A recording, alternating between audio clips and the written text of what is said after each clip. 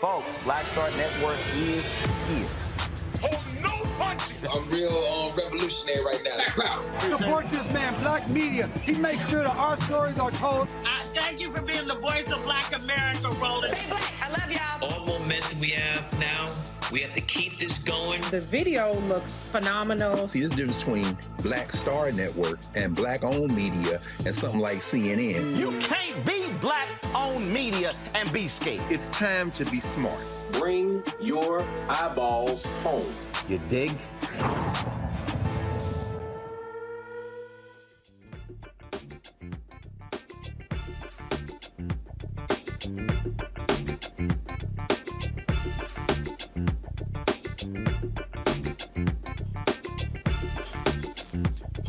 Today is Monday, October 24th, 2022. Coming up on Roland Martin Unfiltered, broadcasting live on the Black Star Network from Statesboro, Georgia, where in an hour there's going to be a community event here focused on the midterm elections. The focus in this state is to elect Stacey Abrams as governor and re-elect Raphael Warnock as the senator from the state of Georgia. We'll talk to folks here about that, including the pastor of this church that we are broadcasting from, with regards to what this city is doing to turn out the vote for those two black candidates. Also on today's show, Republicans have done all they can to impose voter suppression, but a lot of their tactics are backfiring. A case in Texas has been dropped. Cases in Florida have been dropped. We'll talk with an official with the Counsel of the Voting Rights from the Southern Coalition for Social Justice about how they continue to fight these efforts when it comes to voter suppression. More than 7.5 million people have already voted early in this country. An NBC voter poll says that's because people are energized about this year's election. Records have been broken here in Georgia. Early voting started today in Texas. I was in Houston yet last night for a GOTV rally as well. Plus, we'll tell you how Virginia sent about 60,000 voters to the wrong precincts. Speaking of Georgia, Senator Lindsey Graham gets some help from Clarence Thomas to keep him from testifying in the investigation by DA Fannie Willis regarding the 2020 election and the efforts by Donald Trump to try to steal that election. Also, one officer takes a plea, and the other officer decides to let a Minnesota judge decide what his punishment will be for the death of George Floyd. We'll give you those details. It's also Breast Cancer Awareness Month, and I'll talk to a two-time breast cancer survivor and a doctor about the importance of getting breast exams. In our memoriam, we have Reverend Charles Sherrod, who passed away, folks, last week. It is time to bring the funk on Roland Martin Unfiltered on the Black Star Network from Georgia. Let's go. He's got it. Whatever the biz, he's on it. Whatever it is, he's got the scoop, the fact, the find. And when it breaks, he's right on time and it's rolling. Best believe he's knowing. Putting it down from sports to news to politics. With entertainment just for kicks, he's rolling. It's on go, roll, roll, y'all. It's Roland Martin, yeah. Roland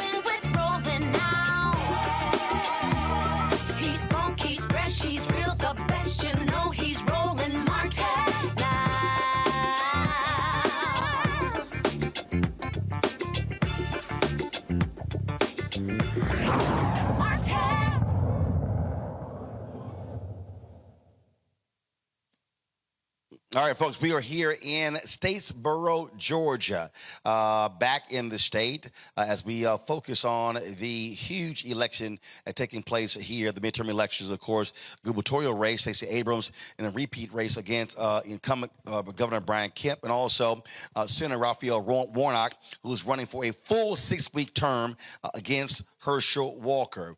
Massive voter turnout has been taking place, but you still have Republicans doing their best to suppress the vote. A Texas man, folks, who last year made headlines a couple of years ago when he voted in the 2020 election, actually had his case tossed last week. The Texas Attorney General Ken Paxton, who happens to also be under federal investigation, he filed 2 counts of illegal voting against 60-year-old Harvis Rogers for voting while on parole in 2020. Well, in Texas, people who knowingly vote while on parole or probation, that is a second-degree felony, where a Texas district court judge dismissed the charges because the Attorney General can't prosecute elections crimes unilaterally.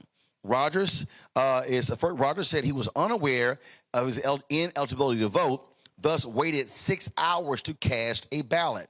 He is not alone, because 72% of all voter fraud charges brought by Paxton have been against people of color. Mitchell Brown is the Counsel on Voting Rights for the Southern Coalition for Social Justice, based out of North Carolina, and he joins us now from Washington, D.C. I'm glad to have you on the show, Mitchell. I mean, this is the thing that we're looking at here, whether it was this case, whether it is the efforts by Governor Ron DeSantis in Florida to target the formerly incarcerated. This is absolutely meant to send a chilling effect and to keep folks formerly incarcerated, especially black people, from using their right to vote. Absolutely. Absolutely. You know, these are political ploys to chill black voters and brown voters. And it's not about what you can prove in court, but it's about how you can chill voters and stop them from exercising their right to vote. That's what these cases are about. And as you noted, courts in Texas and in Florida have stopped, Governor DeSantis and Ken Paxton from doing that, from making this a political ploy. And so I'm glad to see it. But what it does, though, it forces these individuals to have to spend time, money, and resources fighting a legal battle. It causes organizations like yours and others to have to spend resources, and that's what this is all about. This is, we can look at numerous states in terms of how they are trying to stop folks from voting, and if they can get someone to say, man, you know what, I don't even want to chance that thing, so I'm just not even going to go and vote, that's how they win. Exactly. And we had a case in 2018 where we represented 5 voters in North Carolina in Alamance County. And we were able to, get them to plead down to misdemeanor obstruction of justice, so not the felony charge in North Carolina. But the most important thing that came out of that was disheartening was one of our clients said that no longer is he going to vote, but he's going to tell his children not to vote. And so you have this generational, disenfranchisement, this generational vote suppression that comes just from somebody trying to exercise their right to vote. They are criminalizing the ballot box, whether it be in North Carolina, Texas, Florida, or even Georgia. Especially in Georgia where you are right now with SB 202, they're trying to criminalize handing out water. Why are you trying to diminish the right to vote? You should be wanting to, make it larger and make sure more people are able to vote. But again, this is a political ploy to gain political points, and we have to fight back. Well, and again, and we're seeing, again, the strategy here in terms of how they're targeting folks, because as we're seeing more people who are formerly incarcerated get their right to vote, many of these same Republicans oppose, criminal justice reform. And so what they fear these are going to be potentially Democratic voters. Absolutely. They fear that, and it just piles on top of each other. You have this criminalization of the ballot box, as we call it, but then you tie in redistricting efforts, you tie in voter ID laws, and you see one thing after the other that just places barriers in front of people trying to exercise their right to vote. So they are scared.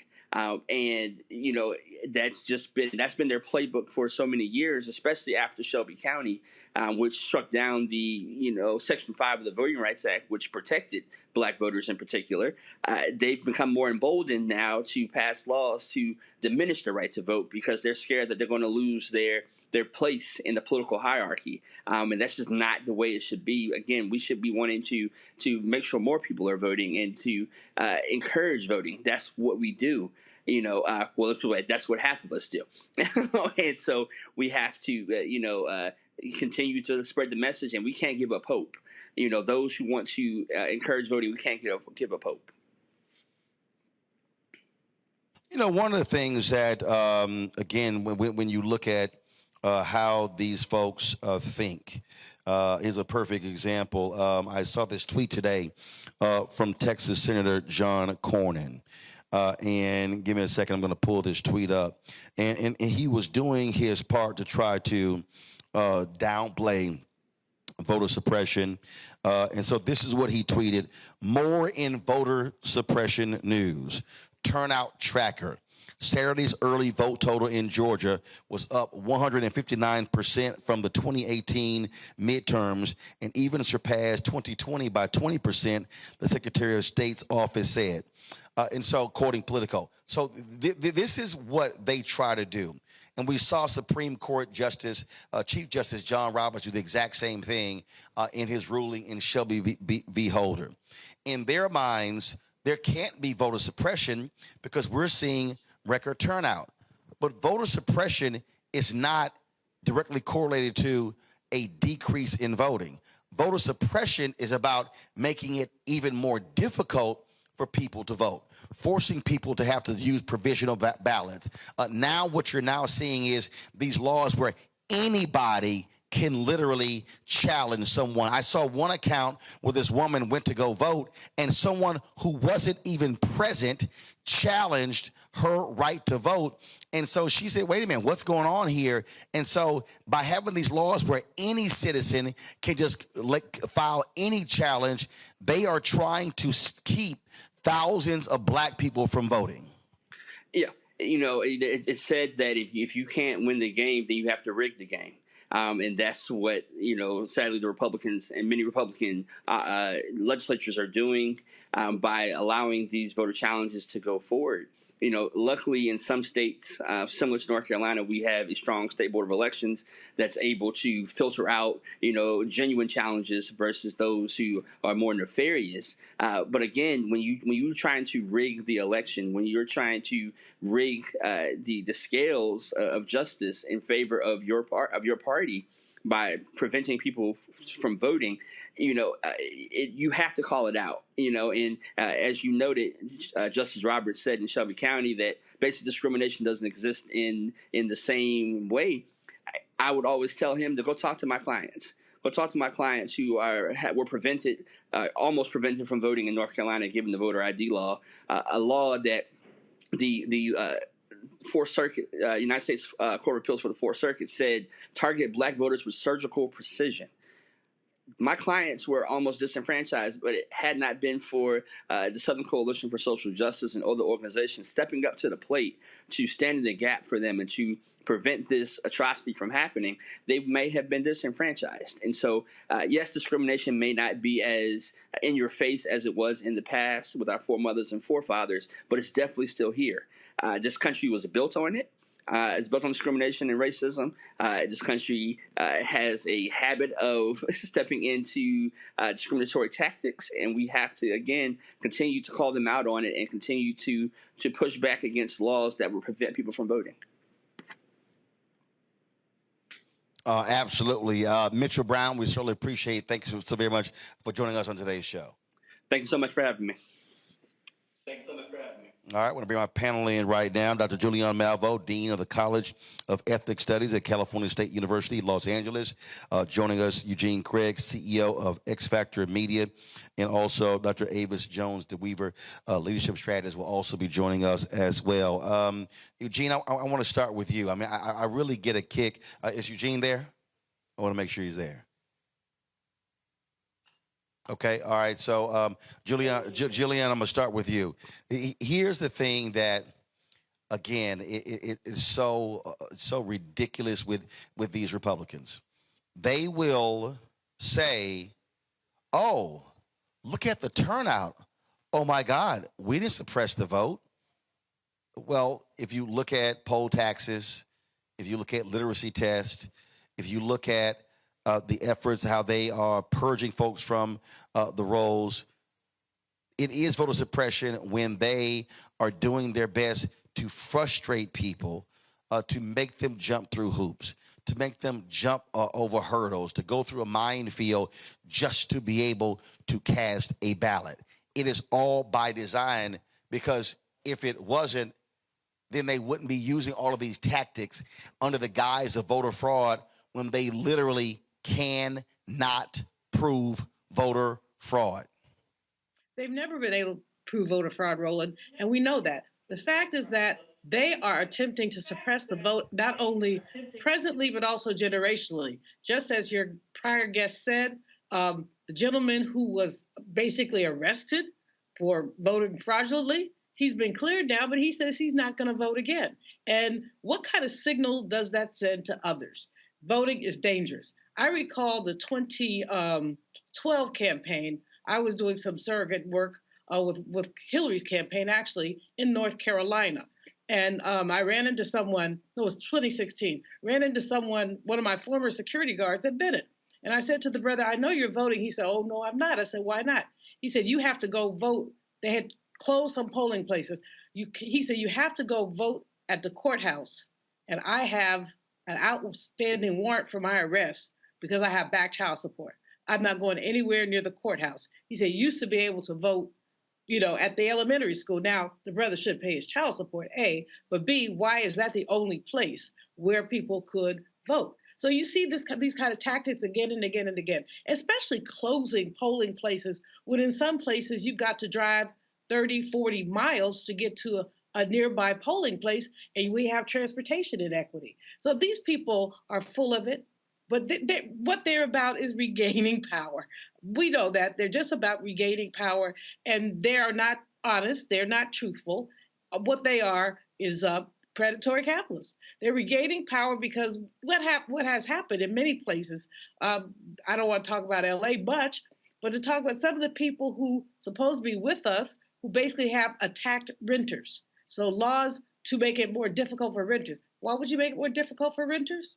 So you can extract surplus profits. So these cases, Georgia, I'm so glad that you're in Georgia, Roland. I really am. And I hope that you're able to help get the vote out. That's what the focus is getting the vote out, raising awareness, debunking these myths, and not allowing them to win. If our votes were so insufficient, they wouldn't be attacking them. The only reason they're attacking the Black vote is because the Black vote is powerful. And it's a new power. 2 generations ago, we couldn't vote. So it's a new power, but it is a power nonetheless that they're attempting to prevent us from using. Well, and again, what you're dealing with here is it is a question of power. I've been saying that for the longest, trying to get people to understand what's going on here. And what I keep saying to our folks is you must battle power with power. Also, when you see these challenges, and look, Democrats want to play nice, progressives want to play nice. But this is what I say. If the Republican Party, if they're going to send white election monitors into our polling locations and challenge Black people, well, then we should be sending an army of Black people into mostly white voting precincts and challenge their voters. Hello.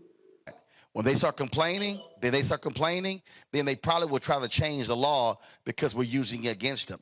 You got to fight fire with fire.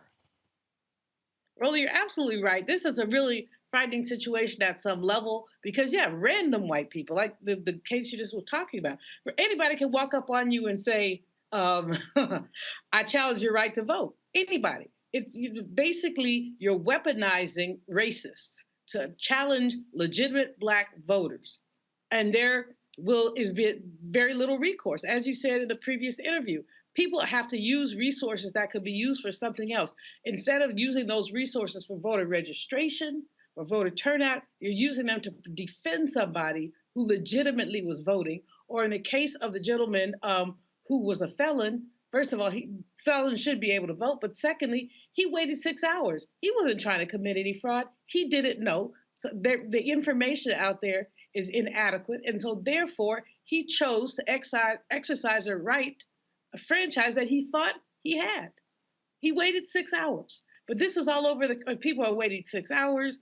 People are having to go down with their own food because the poll watchers can't give them a sip of water while they're standing for hours in stifling heat.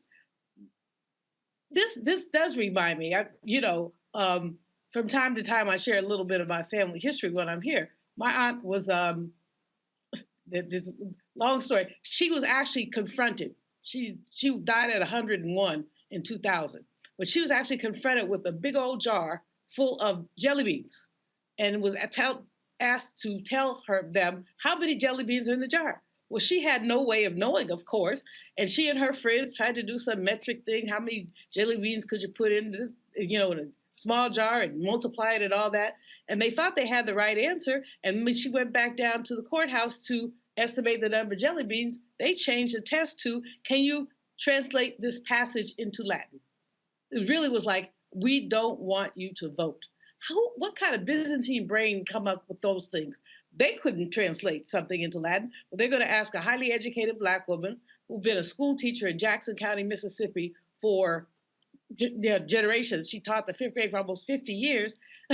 Ask her to translate something into Latin. But these are the tricks, and they're getting worse.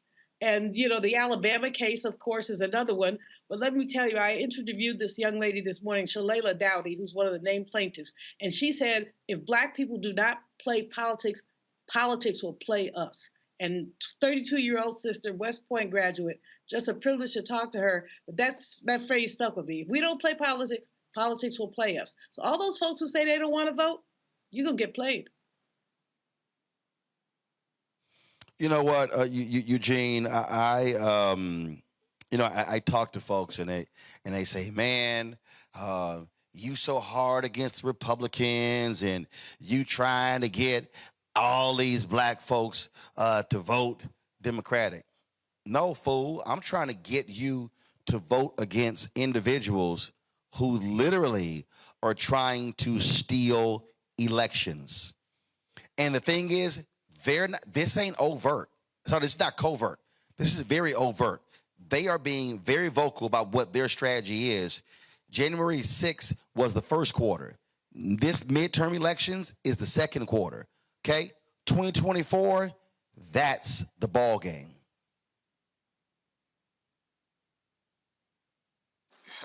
You have a bunch of Secretary of State candidates that are openly running and saying, hey, we are literally running just to certify the election the way that we decide it's going to go, not how the voters decide it's going to go.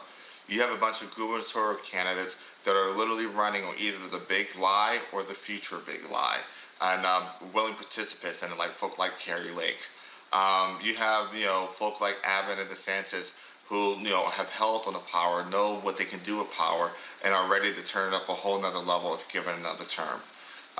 The thing is this, it's not necessarily about getting people to turn out and vote Democrat. It's about getting people to turn out and vote and stop bad actors.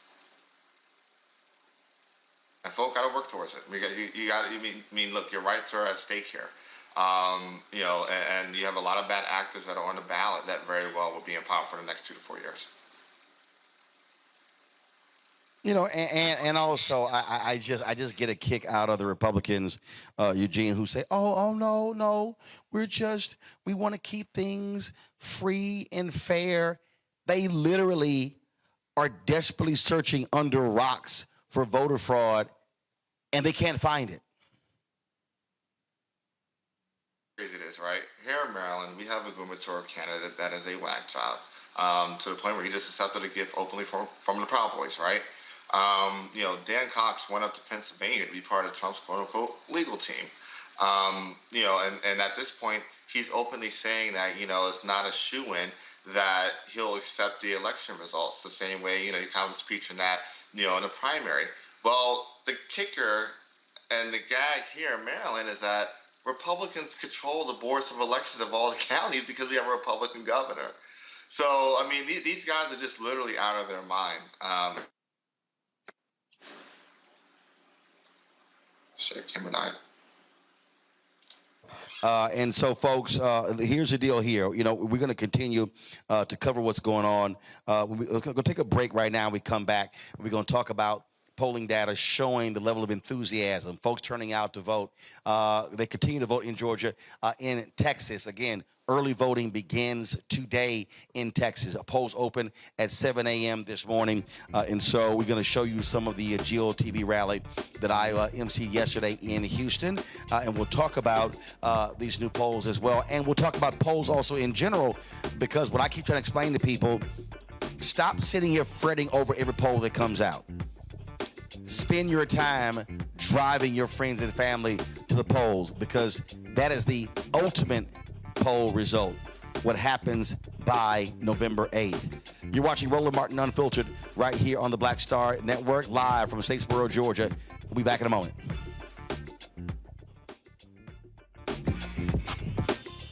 When we invest in ourselves, our glow, our vision, our vibe, we all shine. Together, we are black beyond measure. Welcome to Atlanta, one of the most expensive housing markets in America. But rather than help out, Brian Kemp cashed in. He made hundreds of thousands of dollars in real estate. His net worth skyrocketed. And while Atlantans struggled to stay in their homes, Kemp gave $10,000 tax handouts to the richest Georgians and a nearly $700 million no-bid contract to his campaign donor. Brian Kickback Kemp, making Georgia work for him, not you. When we invest in ourselves, we all shine. Together, we are black beyond measure. You know what's on the ballot. It's not just legislation and policies we believe in. It's democracy. Our democracy. There's a choice on the ballot between freedom and fear, between cruelty and compassion, between chaos and community, between voting or violence. And the end of rights generations have fought for.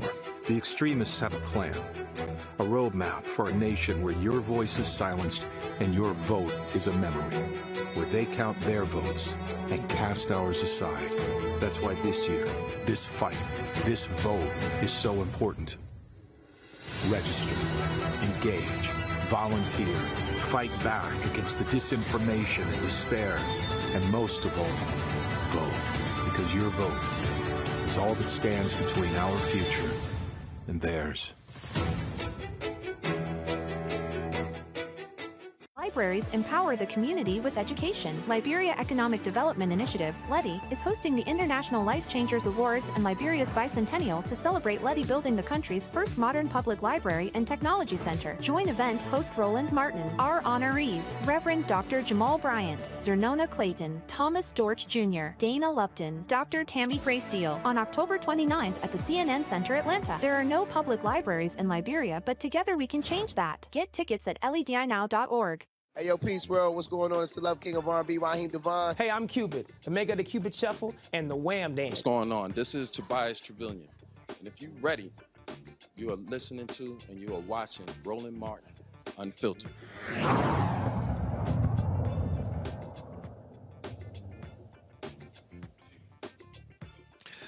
All right, folks, we're here at Agape Worship Center in Statesboro, Georgia, where in the next hour we're going to be having a community forum talking about this election. We're 15 days away from Election Day, and we are seeing significant movement when it comes to voting across the country. Some 7.5 million people have already voted, about 10% of that just in this state, breaking records in a huge way. In Texas, they are voting today as well for the first time. Polls open in the great state of Texas. I was in Houston on yesterday for a GOTV rally, and we're going to be showing you just a little bit of that. There were a number of performers out there, and so we had a great time with the folks there in Houston. Again, encouraging folks to get out and vote. That's what it was all about. And so a new NBC poll also, folks, is showing that most Americans believe the political opposition is an existential threat to America. 81% of Democrats believe that Republicans' plan threatened to destroy America, while 79% of Republicans believe Democrats will do the same. The poll shows that what voters believe are the top issues: threats to democracy, jobs, the economy, cost of living, immigration, abortion, climate change, health care, crime, and guns. I want to start with Avis DeWeaver. Avis, here's the thing that we just have to understand. And Avis, I get these people, they're like, oh, you know what, the independent voters, and you know what, I'm demonizing the other side. This for me is real simple. Just look at what are fundamental issues. Look at public policy and look at who they're benefiting. And one of the things that jumps out, and the New York Times did, and I'm really sick and tired of mainstream media, Avis, doing a story every other day about white people who are, oh my God, our world, our neighborhoods are changing, our city is changing, and then this whole notion of white fear, and what is the basis of my book, and they're sitting here, oh my God, the election was rigged. I mean, these white folks have fallen hook, line, and sinker for the lies of Donald Trump, and the thing is, and I keep telling people, what they are fearing is, they are fearing the browning of America. And what they want the old America where cities and towns were 70, 80, 90, 95% white. They control everything, and people of color were subservient. Absolutely. In one word, they want power. And they are willing to stop at nothing to get it. And it's not just Donald Trump. This is the thing that we need to really come face to face with as a nation. Donald Trump is merely the conduit for this feeling of entitlement, for this feeling of undeserved privilege that people don't want to go away, and specifically this large cohort of white people in America. And so really what we're seeing here is, as you mentioned, people hearkening back to a time of just overtly undeserved privilege on steroids, right? And wanting that time to never end. When they are seeing the quote unquote browning of America, what they are seeing then is a reduction of their power if we remain in a democratic system where majorities are supposed to rule. And that is exactly why a survey out of, ironically, professors in Texas a couple of years ago found that white people who held racially intolerant views, their support of democracy declined under the current circumstance, and their support of dictatorships grew. It's because they know if they no longer have the majority, which is the power-wielding bloc in a democracy, be damned democracy. There is no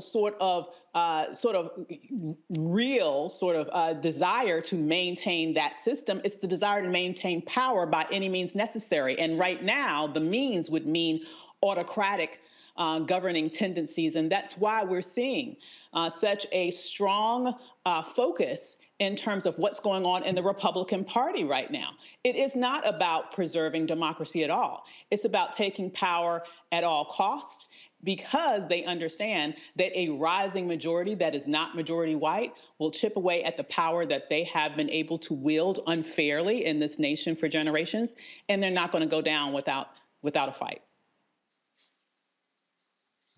Here's the thing that jumps out here, Julian, when I look at this New York Times article. And it says, in Fort Bend County, Texas, things are changing. Mosque and Hindu temples draw thousands. Farmland is giving way to suburbs, and some Republicans feel their county is becoming more like majority-minority Houston. Once predominantly white, Fort Bend has quickly become one of the most diverse places in the country. Its congressman is an outspoken denier of Donald J. Trump's defeat. When Representative Troy Niels of Texas voted last year to reject Donald J. Trump's electoral defeat, many of his constituents back home in Fort Bend County were thrilled. Like the former president, they have been unhappy with the changes unfolding around them. Crime and sprawl from Houston, the big city next door, have been spilling over into their once bucolic towns. Quote, build a wall, Mr. Niels likes to say, and make Houston pay. The county in recent years has become one of the nation's most diverse, where the former white majority has fallen to just 30% of the population. Don Dimmel, a 61-year-old salesman who turned out last month to pick up a signed copy of a book by Mr. Niels about the supposedly stolen election, said his parents had raised him colorblind. But the reason for the discontent was clear. Other white people in Fort Bend did not like certain people coming here, he said. It's race. They are old school. Now, what gets me is the New York Times keeps doing these stories, and NBC and CBS. I remember CBS did a story, went to this town, I think it was in Iowa, sort of the same thing. And it's the same thing over and over and over again. And I just keep trying to explain to people, hello, that's what my book is all about. And that is these white folks are freaking out, and not just in suburban areas. They're freaking out in places like here in Georgia, same thing, because it's, oh my God, we used to run everything. Now you have these places that are 30 and 40 and 50, 60% black and a growing Hispanic population. They cannot handle the browning of America. And Julian, we're trying to get these black folks to understand these people, these white voters, they're flooding the polls. And so for all these Negroes who are sitting at home, sitting here yelling, cut the check, or tangibles, or the Dems ain't done this, ain't done that, they need to understand these folks have no intention on supporting anything that's on a black agenda. Roland, you know, one of the things that really, I would say, tickled me is not funny, but the New York Times and some of the mainstream media seem to be in collusion with these anti-black people by running the kinds of stories that you mentioned. I mean, I don't know. I've seen them so frequently that they almost are repetitive. You could take the byline, change the byline, change the town, and they're just the same thing. And they're really like beating the drum, you know, beating the drum of white fear, which is what your book is about. It's these the words that are being used are dog whistles. You talk about sprawl, and they're not even dog whistles. They're dog megaphones. Sprawl. You talk about difference. You talk about crime. The crime is one. When we see national crime going down, these people still keep talking about crime, and they're talking about crime because crime is a euphemism for what? Basically, black. So as you say, these folks. They're playing their game. The mainstream media is in collusion with them. I mean, Melanie Campbell is on a bus tour with some black women comedians, and they're all over the place. I talked to her this morning. She was exhausted from running here, running there. That's a story. Will we see that in mainstream media? Black women comedians, National Coalition of Black Civic Participation, sisters on buses trying to get out the vote. Why isn't that the story that's being told? Because that doesn't serve the majority, not the majority, it doesn't serve the white folks. Let's just call it what they are. Doesn't serve the white folks. And so you get these other stories, oh, I'm so scared, the Muslims have a mosque, and, you know, that's absurd. It's utterly absurd. Or this build the wall stuff. Again, absurd. But this is the way the mainstream media has chosen to play. And that's why not only are you, Roland Martin, and the Black Star Network important, this is why all of us have to make sure, if we have even a toehold in media, that we tell the whole story and the real story, not this nonsense about scared white people. They've never talked about scared black people. We couldn't walk home in some counties, some cities, for fear of white people. Has that ever been a story? I don't think so. Eugene, read more of this story. It says certain districts primarily reflect either the racial or socioeconomic characteristics, but the typical objector district shows both, a fact demographers said was striking.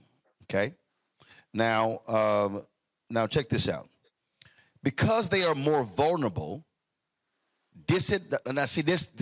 read this line again.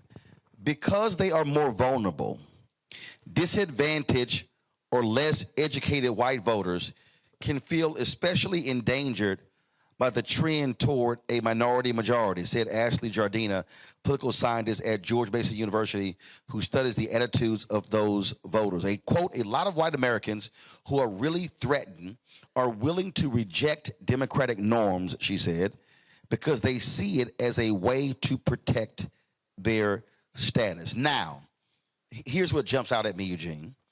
They use the phraseology, they are more vulnerable. To what? Disadvantaged or less educated white voters. Look, the thing is this, right? By? Their whiteness is protected. Disadvantaged by? Their class. Say it again? I said that their whiteness has protected them in the Go ahead. Okay. Yeah, their whiteness has protected them in the class system. And as they see this, the browning of America, as they see this becoming a minority-majority country, as they see their congressional districts changing, as they see their representation changing, as they see the society around them physically changing, this is their reaction. This is their backlash. This is their clapping back. That's what January 6th was. It was, hey, you know, our white savior is now going to be gone, so we're going to rebel. That's what it was, a rebellion, right? It was an insurrection. It's what you're seeing in a lot of these candidates. It's what you're seeing in a lot of these down ballot races. It's what you're seeing with this rise in quote unquote Christian nationalism, right? You know, with Doug Mastriano in Pennsylvania, and to a degree Dan Cox here. You know, it's this you know, last final grip of power they're trying to hold on to, because hey, if my, you know, to them, all they have is their whiteness to protect them. Nothing more, nothing less. All things equal there at the bottom of the totem pole, in many cases. I mean, here's Avis. I mean, I read this story. I read this story, and I really do laugh. At one point, they're talking about a district in Virginia, and it says that once dominated by coal, manufacturing, and tobacco, the area's economic base eroded with competition from new energy sources and foreign importers. Doctors prescribed opioids to injured laborers, and an epidemic of addiction soon followed. Residents, roughly 90% of them white, gripe that the educated elites of the northern Virginia suburbs think that, quote, the state stops at Roanoke. They take umbrage at what they consider condescension from outsiders who view their communities as poverty-stricken, and they bemoan PhD pollution from the big local university, Virginia Tech. Okay, so let's stop right there, Avis. They take umbrage at what they consider their communities as poverty-stricken. Y'all broke. This is the thing right here. In many of these towns and communities, Avis, these white people are walking around in denial about being broke. And so they're literally voting against their own economic interests. But here's the one that just jumps out at me, Avis, is going to blow you away. They were talking about, this was a place in Appalachia, and they were talking about the folk who got sick. And now the number of coal miners has plunged to less than 2,000 from more than 10,000 employed at about 340 mines 3 decades ago. Then it goes on to talk about this district in New Jersey, where in Lebanon, population 3,100, where they have 7 addiction clinics. And they talk about people who are sick, and they talk about folk who have diabetes and other illnesses. Yet these are the same people who hated the Affordable Care Act. So they're complaining about their illnesses. They're complaining about being sick. They're complaining by saying, government forgot us, but Trump didn't, when Trump wanted to get rid of the Affordable Care Act, lied for 4 years saying he had a health plan that was never presented. And so you sit here and you go, what is wrong with you people? And the problem here is you literally cannot talk common sense into people who have none. Oh, absolutely you can't. Well, you know, as a Black elite PhD, let me give my prescription to what's going on here. You know, I wonder, why don't they just pull themselves up by their bootstraps? Wonder why not? I wonder, it sounds like they're undeserving poor, doesn't it? You know, I wanted us to think about these phrases that's been hurled at Black people for generations, poor Black people for generations. But now when we're talking about poor white people, we're supposed to feel sympathy because they're drug addicted and they don't have sense enough to get up and move someplace where they can find jobs? Really? We're supposed to have sympathy for that.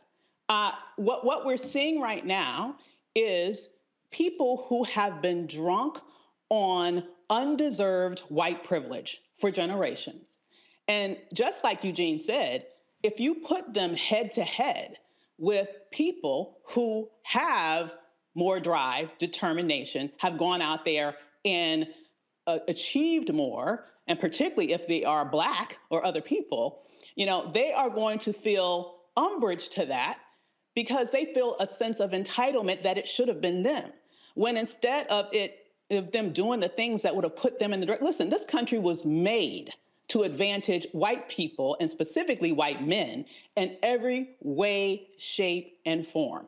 If you are a white man and you find yourself poverty-stricken in this country, the country that gives you every advantage imaginable, then the finger you need to be pointing is at yourself, because there's something wrong with you that you didn't have enough damn sense to take advantage of the opportunities that you've been given and that's been specifically taken away from generations of Black people in this country. For us to be able to do what we have done and now they feel threatened by it, I say hold up a mirror. The problem isn't the government. The problem isn't Black people. The problem is you. Get up off your ass and work. Now, Eugene, you're gonna love this one. You're gonna love this one. Tim Wilson, a 60-year-old Army veteran who owns a business in Christiansburg that provides wigs and other supplies to cancer patients, said he won a town council seat last year to help attract business and jobs. Okay, watch this. Yet he feared the cultural cost of outside investment. A big employer, quote, no, it gets better. A big employer, quote, would also bring with it all the executives and what comes with it from Northern Virginia or California, one of the strong blue regions. There is this fear.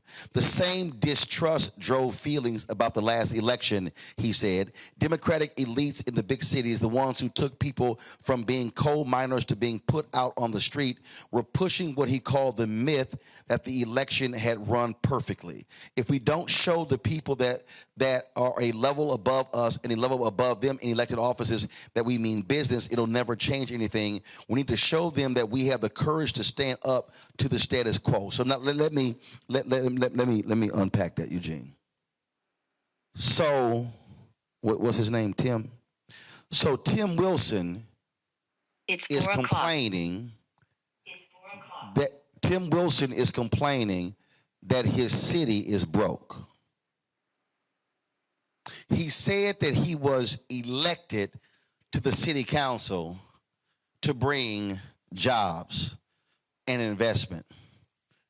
But poor little Timmy, Eugene, is concerned that, oh my goodness, if we go out and seek investment, then it's going to be those liberals from Northern Virginia and California coming in here with their liberal views. But Timmy, y'all want that liberal money. Yep. Hello. Yep. Thinking, and when we start thinking about all of these broke red states, and inside of these broke red states are broke red cities. And these same broke red states with broke red cities are filled with white conservative people who love to talk about black folks getting handouts and welfare, yet they're broke red states and broke red cities are absolutely dependent upon money from the same elite blue towns and states, and they have convinced themselves that they are hard workers. So therefore, the money they're getting from the federal government is because of their hard work. Yet, them people of color over there who get money, is they lazy. So they're getting freebies. When in fact, if you putting in $1 in taxes and getting $3 back, you are a leech on society. The thing is this. The thing is this, right? I think it's hilarious. It's like, yeah, we want your money, but we don't want you. We want your money, we don't want your people. We even want your corporation, but we just don't want those people, right? Because look, once a company, has a foothold, handhold presence in an area, yeah, their people are going to be permanent there. And guess what? That changes. Guess what? You heard it, new voters. But the thing is this. A lot of these broke red counties. When Amazon announces a new HQ or a FedEx or a Lowe's, and all these jobs, they're fighting over it. They're ready to throw the whole county at the company to get it, because they know what that kind of investment brings. They know what that dividend and trickle effect is of having that new economic base come into town. But he said the quiet part out loud. We want your money, but we don't want your people, because your people are going to come down here and force us to actually change our culture. And see, when you say change our culture, that's changing our white culture. Yep. And Julian, I remember in 2016 when Michael Moore was going on MSNBC and Morning Joe and all these shows, and he was saying how we really need to go to these places and listen to them and listen to their pain and understand where they're coming from. And I said, no, we don't. Because if you are living in enclaves, if you are living in cities and neighborhoods that are 90% white, you are actually not living in 21st century America. You are actually an aberration. And so they want us to go listen to them when no, y'all need to come listen to diverse America and understand what's going on. That's what needs to happen, Julian. You're absolutely right, Roland. I mean, I could not help but laugh as you were reading this guy, first of all, the invasion of PhDs. These are anti-education. These people are anti-education. What's wrong with having a PhD? It means that you have higher education. But these folks embrace their idiocy. But the second part, as you say, they don't want the money. These people have consistently voted against their own economic interests to preserve their non-culture. To use the word culture is laughable. What do they mean by culture? But they have basically pursued or embraced their own economic denouement. I mean, they would prefer to have the elite money stay in Northern Virginia so they can wallow in poverty, down there where they're upset about this and that. And make it plain. They are wallowing in poverty. When you look at these counties, you look at the income, the average income, you look at some of these things, they have almost as much poverty as Black people. Their median income in the southern part of Virginia is about 20 grand less for whites than it is in Northern Virginia, the median income. And so, excuse me, do you enjoy being inferior? Yes. Once Toni Morrison said that the way that white people got to be superior is because no matter what else they had or didn't have, they always had the N-word. That no matter what they did or didn't do, they can always put us down by calling us the N-word. And so you could have two teeth, two tufts of hair, and not but one change of clothes, and you still think you're better than Black people because you get to call us the N-word. Well, no more. We are pushing back, we're fighting back, but Roland, the only way we really fight back is to vote.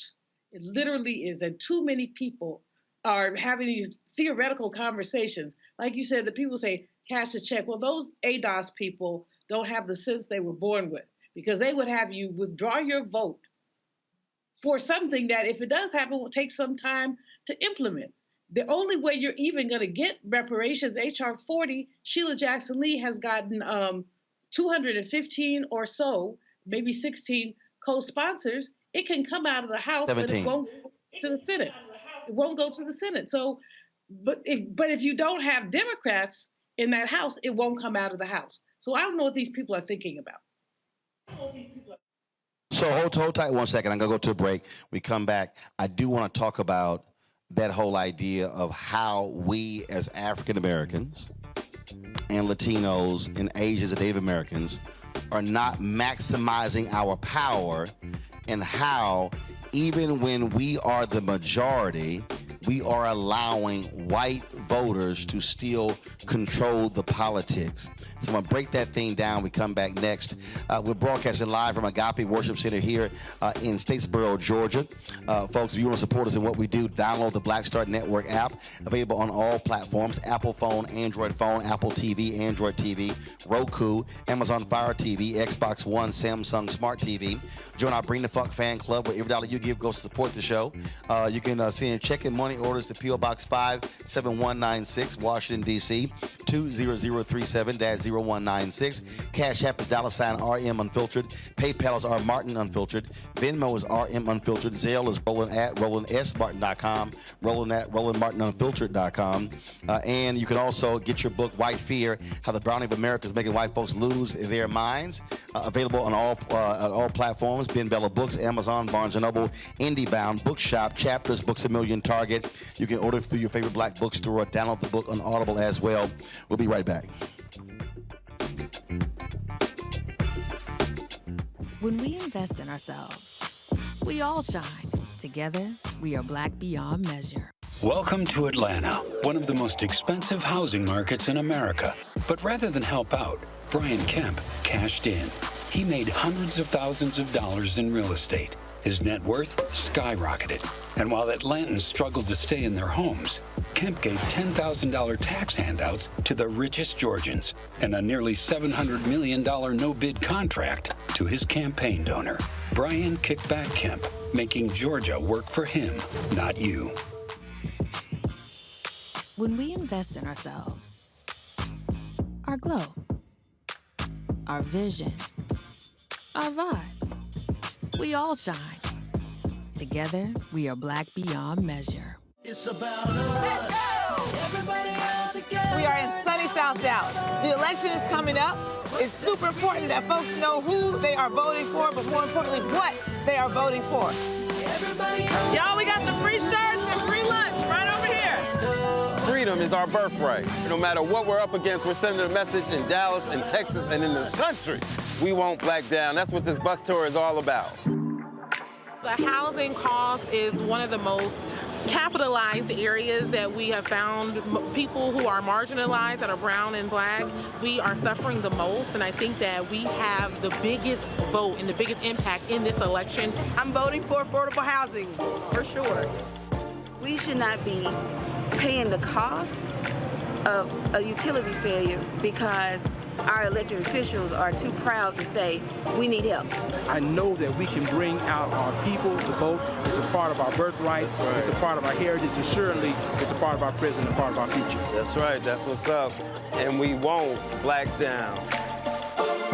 Forward that message to 5 friends, because in that message, it's got links to how to get registered, how to check your registration status.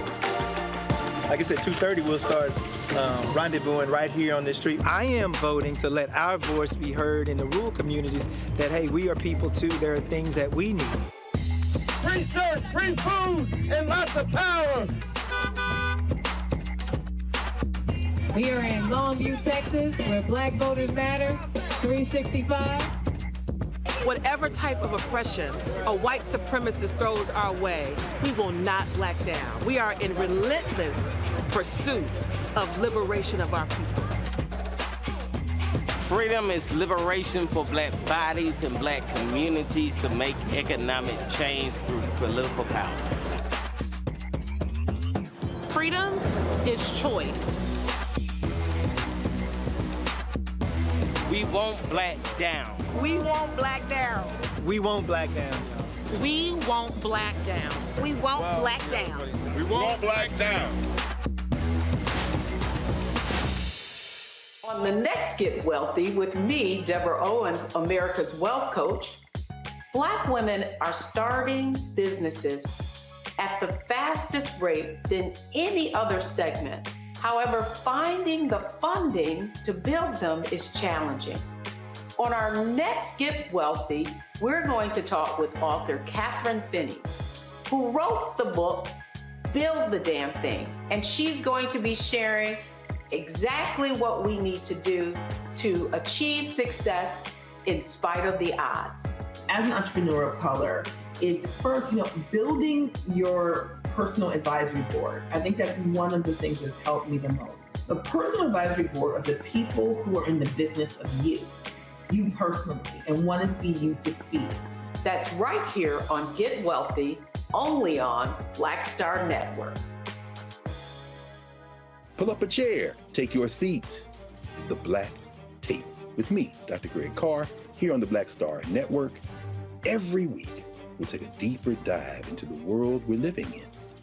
Join the conversation only on the Black Star Network. Hi, I'm Gavin Houston. Hi, I'm Carl Payne. Hey, what's up, y'all? It's your boy Jacob Lattimore, and you're now watching Roland Martin right now.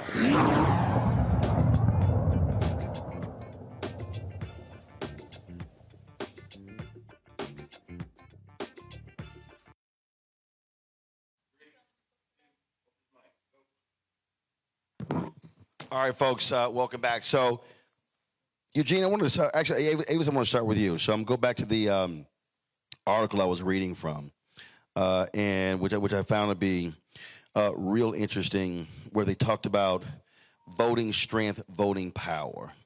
And so this is what the article said. It says, Texas is one of 6 states where minorities outpace whites.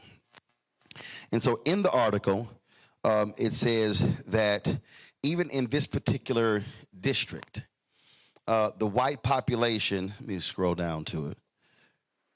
And this is something I've been saying for the longest, especially when you start listening to all these crazy folks who have no clue about politics. And again, they yell, holler, and scream how they want stuff, but they don't understand. This is what it says. Texas is one of 6 states where the white population is now outnumbered by black, Hispanic, and Asian residents. Now, keep in mind, when you talk about white Hispanics, who a lot of times align more with white Americans, then that's a different issue.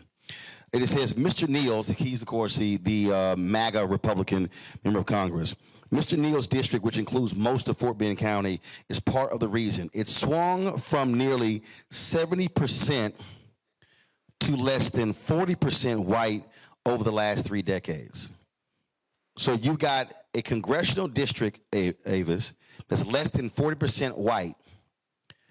It says, but changing demographics in many places may not yet be reflected at the polls because of a larger white share of the voting age population and higher turnout levels.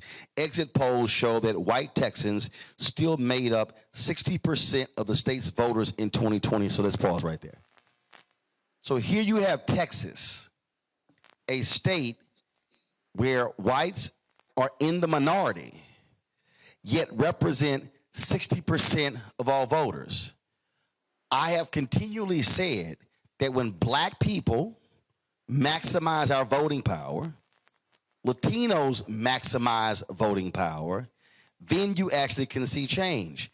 And so even here in Georgia, South Carolina, Mississippi, when Mike Espy lost to Cindy Hyde Smith by some 65,000 votes the first time, There were more than 65,000 black people who were eligible who never even cast a ballot in that election. When you look at the numbers of people, black folks in Alabama who were not registered to actually vote as well. And so part of this deal, when I hear black folks complain about what we have not gotten, it's also because we haven't maximized our voting power to be able to counter white turnout. If whites are voting at 60, 65, 70% of their eligibility, and we're at 38, 40, 45, hello, you're not going to win because you're still being outnumbered. Absolutely. There's a lot to unpack there. You're exactly right.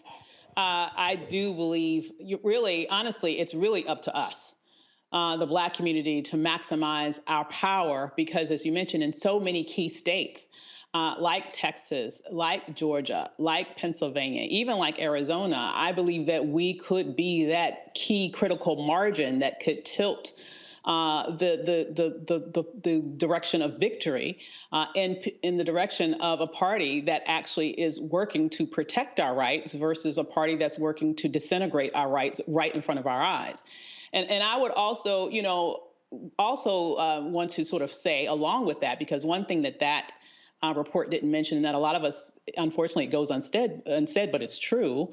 We also have to mitigate the Latino voting power by the percentage of Latinos that can actually vote in this country. We just can't take it as tantamount by looking at the Latino population and assume that that's all eligible voters. You have to look at what proportion of that population are actually citizens and therefore can vote. And so that's why I believe that the burden is disproportionately on us because, hello, we're citizens and a disproportionate, and the overwhelming majority of us are citizens. I would also say that as it relates to this issue of people who are critiquing the Democratic Party, it's not to say that the Democratic Party or any political party should be beyond criticism. But I also think it's very important that we become very, very keen at understanding what happens around election time. Do you not think it suspicious that certain groups you don't hear a peep from when we're not in an election time?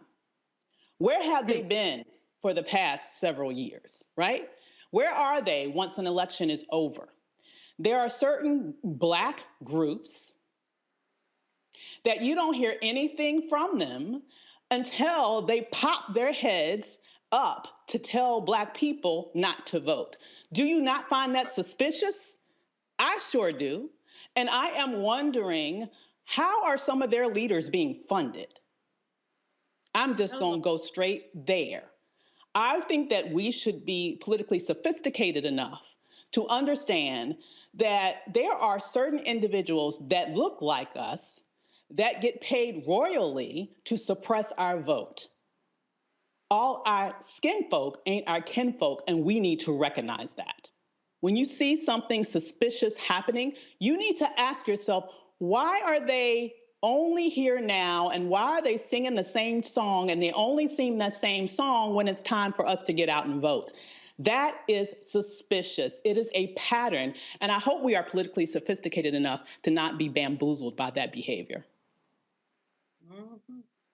The thing here, Julian, why I want to keep harping on the turnout piece is, let's use Ferguson as an example.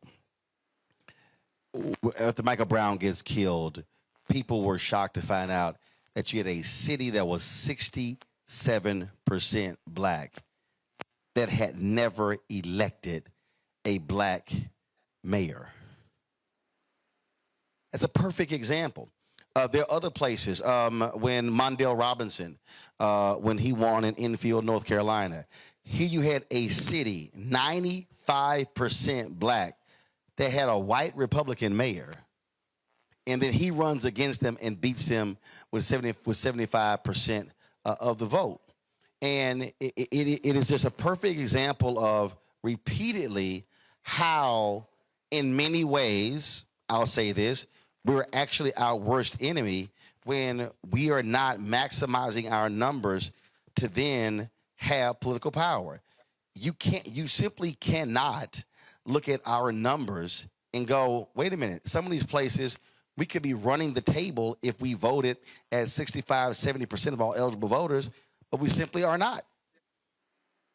I don't understand how we allow ourselves to get played, but we certainly do. And you're absolutely right. We're not voting at our maximum strength. We're not taking advantage of our power, our potential power, certainly. And we allow people who don't mean us any good to come in. And I don't care whether they're black or white. Thurgood Marshall once said a snake is a snake, whether it's a white snake or a black snake. He was talking about Clarence Thomas, but we can just talk about what's going on right now. You got these, with all due respect to Eugene, these black Republicans like the Candace Owenses of the world who will basically sell their soul and then some for a few shekels. You've got so many others who are basically anti-black. And Roland, one of the things you said black and brown a number of times on this broadcast, as has my sister Avis, and we have to really look at the black and brown thing. I'm sitting here in LA, where you know what happened here, where a so-called Latina basically called a black child a monkey, talked about consolidating Latino power. Now, there would be no Latino power were there not black power, because their movement was a footnote to our movement. Let's just be honest. But so when we talk about black and brown, everybody brown ain't down. Some of our so-called Latino allies are not our allies at all. They are attempting to minimize power. So while I believe in coalitions, I believe that we should work together, I also think that we need to be real clear about what we want. And former Congressman William Clay said, no permanent friends, no permanent enemies, just permanent issues. We have to be really clear and drill down on our issues. And when we do that, we know that we have to vote, that we must vote, that there are no alternatives. If you want white folks to determine your destiny, not just white folks, you want Republican throwbacks to determine your destiny, stay home, because they will determine your destiny and you won't like it. But if you want to have a foothold in policy, if you want to be part of determining your own destiny, then you will go vote. Eugene, so here's one of the things that I've also been saying, and this might tick off some of the more established Democrats, but ain't like I care. I have said on this show, and I've said other places, that if you're black and you want to give, do not send your money to political campaigns or to the DNC, the DSCC, or DCCC, or Democratic Governors Association. If you are labor organizations, do not send your money there. Why? Because that money is then being controlled by white strategists. And so those white strategists, even in campaigns with black candidates, then don't want to spend money on black people. So I tell black folks, I would rather you send your money to Black Voters Matter, because you know the money is going to get put on the ground for folks to go on door-to-door, door knocking and doing events. And when you see these reports, oh, this campaign, they raised $20 million or $30 million or whatever, again, these are white strategists who are stranglehold on the money. You got black staffers who are begging them, can y'all spend some money on black outreach? And it makes no sense whatsoever. And so I've talked to a couple of labor groups who have said that okay, we're just going to run things ourselves. We're just going to actually spend our money direct as opposed to going through these parties. And so if we're talking about, again, controlling our destiny, that's one of the ways you control it, by saying send the money to institutions that you know are going to put that money back into the community to turn out black voters. What happens with these white Democratic strategists who control these campaigns, even the campaigns of black candidates, they in turn only want to put the money on television because that's how they're making their money. They're getting a percentage of the TV buys. They make no money when they put it on the ground, but when you put it on the ground, that's how you actually win. Look, 100%. I say both sides have the issue. I've seen black candidates that will hire some white folk, and them white folk will run the bag up on them. I've seen it on both sides of the aisle. And you're right. Yeah, they much rather put it on the air than put it on the ground, because on the air they can take a 25-30% commission on ad buy. And you know, you see people, oh, we just did $1 million, $2 million, $3 million ad buy. Some white consultant and strategist just took 25-30% commission on that and made a nice little penny. And that happens on both sides. I always say, if you see a black Republican that's propped up, especially in an unwinnable race, chances are it's a white consultant behind them that's going and propping up and making a crazy amount of money. And so, ton of money. We saw that. I guess who was the guy? Was the guy running against Maxine Waters in California? I think he these crazy white Republicans sent homeboy like $4, $5, $6 million. He had no chance. He literally had a better. He had a better chance of getting a cold glass of water in hell than he had to beat Maxine Waters. And then when you had clueless Kim Klachik, when she ran against Mfume in Baltimore, same thing. They burned through millions. And I'm looking at the easiest person to part with their money is a white Republican for supporting a black candidate who's running against a black Democrat. And it's like, y'all need to stop. Yeah, for what it's worth, right? Folk that do know I was there in the beginning of Kim's campaign and, attempted to put some controls in place. Because one more time, I know how the game is played. We see it a mile away, coming a mile away. But it happens. It happens on both sides. Black consultants get screwed on both sides. And I think, look, next cycle, folk got to put some controls in place, especially, with these super high-profile races that are going to raise money. Because, at the end of the day, what does it matter if it's a white consultant there that's controlling those dollars and is going to, rake in an X amount of commission, and just do it all over again. Absolutely. All right, folks, hold tight 1 second. We come back. We're going to talk to our guests with regards to breast cancer. Then we're going to have a conversation here in Statesboro about what's happening in this city, in this state. Huge election, huge ramifications as well when it comes to these races. So look forward to having that conversation. Don't forget, folks, if you're watching on YouTube, hit the like button. It's not that hard, y'all. It's a click. It's free. It ain't costing you nothing. Okay? So we come back. We should easily be having 13, 14, 1,500, 2,000 likes. You can also support the show by downloading the Black Star Network app, available on all platforms. So if you want to watch the show, don't have to watch us on YouTube or Instagram or Twitch. You can watch right there on the app. Apple phone, Android phone, Apple TV, Android TV, Roku, Amazon Fire TV, Xbox One, Samsung Smart TV. Also, join our Bring the Funk fan club where your dollars make it possible for us to do what we do. Of course, that's P.O. Box 57196, Washington, D.C. 20037-0196. That's for checks and money orders. Cash App is $RM Unfiltered. PayPal is R Martin Unfiltered. Venmo is RM Unfiltered. And Zelle is Roland@RolandSMartin.com. Roland@RolandMartinUnfiltered.com. And get a copy of my book, White Fear, How the Browning of America is Making White Folks Lose Their Minds. Available on all bookstores, Amazon, Barnes & Noble. You can also download it from Audible and order through your favorite black bookstore as well. We'll be right back. When we invest in ourselves, we all shine. Together, we are black beyond measure. Welcome to Atlanta, one of the most expensive housing markets in America. But rather than help out, Brian Kemp cashed in. He made hundreds of thousands of dollars in real estate. His net worth skyrocketed. And while Atlantans struggled to stay in their homes, Kemp gave $10,000 tax handouts to the richest Georgians and a nearly $700 million no-bid contract to his campaign donor, Brian Kickback Kemp, making Georgia work for him, not you. When we invest in ourselves, we're investing in what's next for all of us. Growing, creating, making moves that move us all forward. Together, we are black beyond measure. I am on screen, and I am representing what a black man is to the entire world that's gonna see this. And this might be the only black man, a representation of a black man that they see. Right. So I am responsible. Right. For how they see black men. And it's my responsibility to, if I am not playing an upstanding, honorable, someone with a strong principle and moral core, to make sure that this character is so specific. Right. That it is him, not black men. And I wish that more actors would realize how important their position is as an actor of color, playing people of color on screen.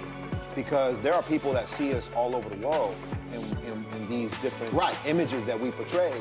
And not everyone knows black people to know. Yes. That's not all.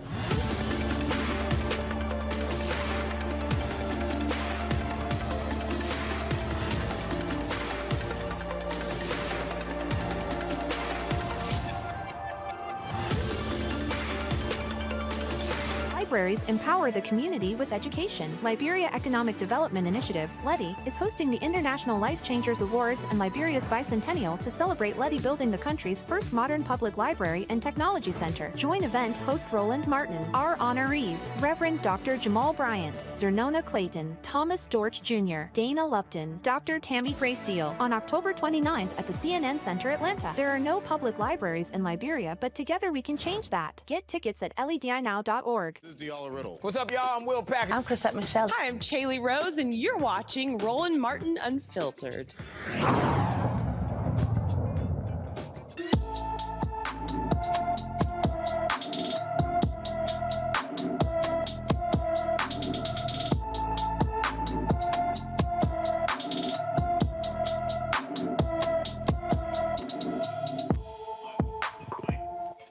Beverly Logan has not been seen since February 2nd, 2022. The Montgomery, Missouri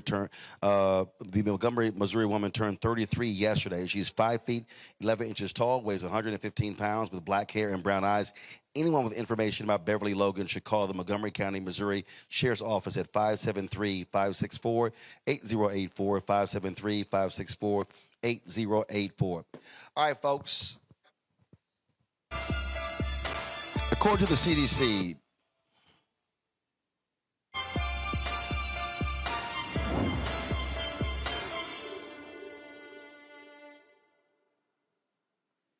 According to the CDC, 255,000 breast cancer cases are diagnosed yearly in women, about 2,300 in men.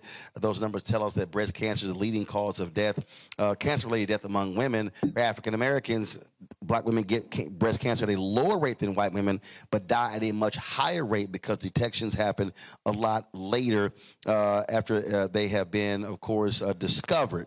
And so how do we deal with that? Our next guest will talk about that. She knows it very well. Bershawn Shaw is a two-time breast cancer survivor, and we'll also be joined by Dr. Regina Hampton, who's the chief of breast surgery from Lanham, Maryland. Bershawn, glad to have you here. This is, again, one of those things that if you don't have early detection, it can be catastrophic for black women. It's so true. Early detection saved lives, and getting your mammogram. African-American women get scared. We don't go to doctors. We don't go to get tested because we're afraid, but we get it later. And when we find out, unfortunately, we don't last. So I am a huge advocate all around the world, working with hospitals, the University Hospital Foundation in Newark, New Jersey. I mean, I work with hospitals all around to really help get screened and help really get your checkups immediately. And obviously, earlier I talked about the Affordable Care Act, and part of the deal also with the number of African Americans who simply didn't have health care access to the services. Yeah, I mean, the thing is that we really have to take our health seriously. I mean, a lot of us go and think, oh, we're good, we're okay, until you have that heart attack, until you find out you got stage 4 cancer. You know, I'm a stage 4 breast cancer thriver. I got it in 2007, and then I got re-diagnosed in 2009. And because I was so adamant on seeing the doctors, changing my diet, exercising, a regimen, I found it early in the stage 4. So it's just, ladies, wake up and stop being scared. And you said men get it too, right? Wake up. We have to put our health first. If we don't, we just fall behind. And Dr. Regina Hampton, I want to bring you in here as well. And so what do you say to that woman who is listening, who says, I'm scared to know about the results?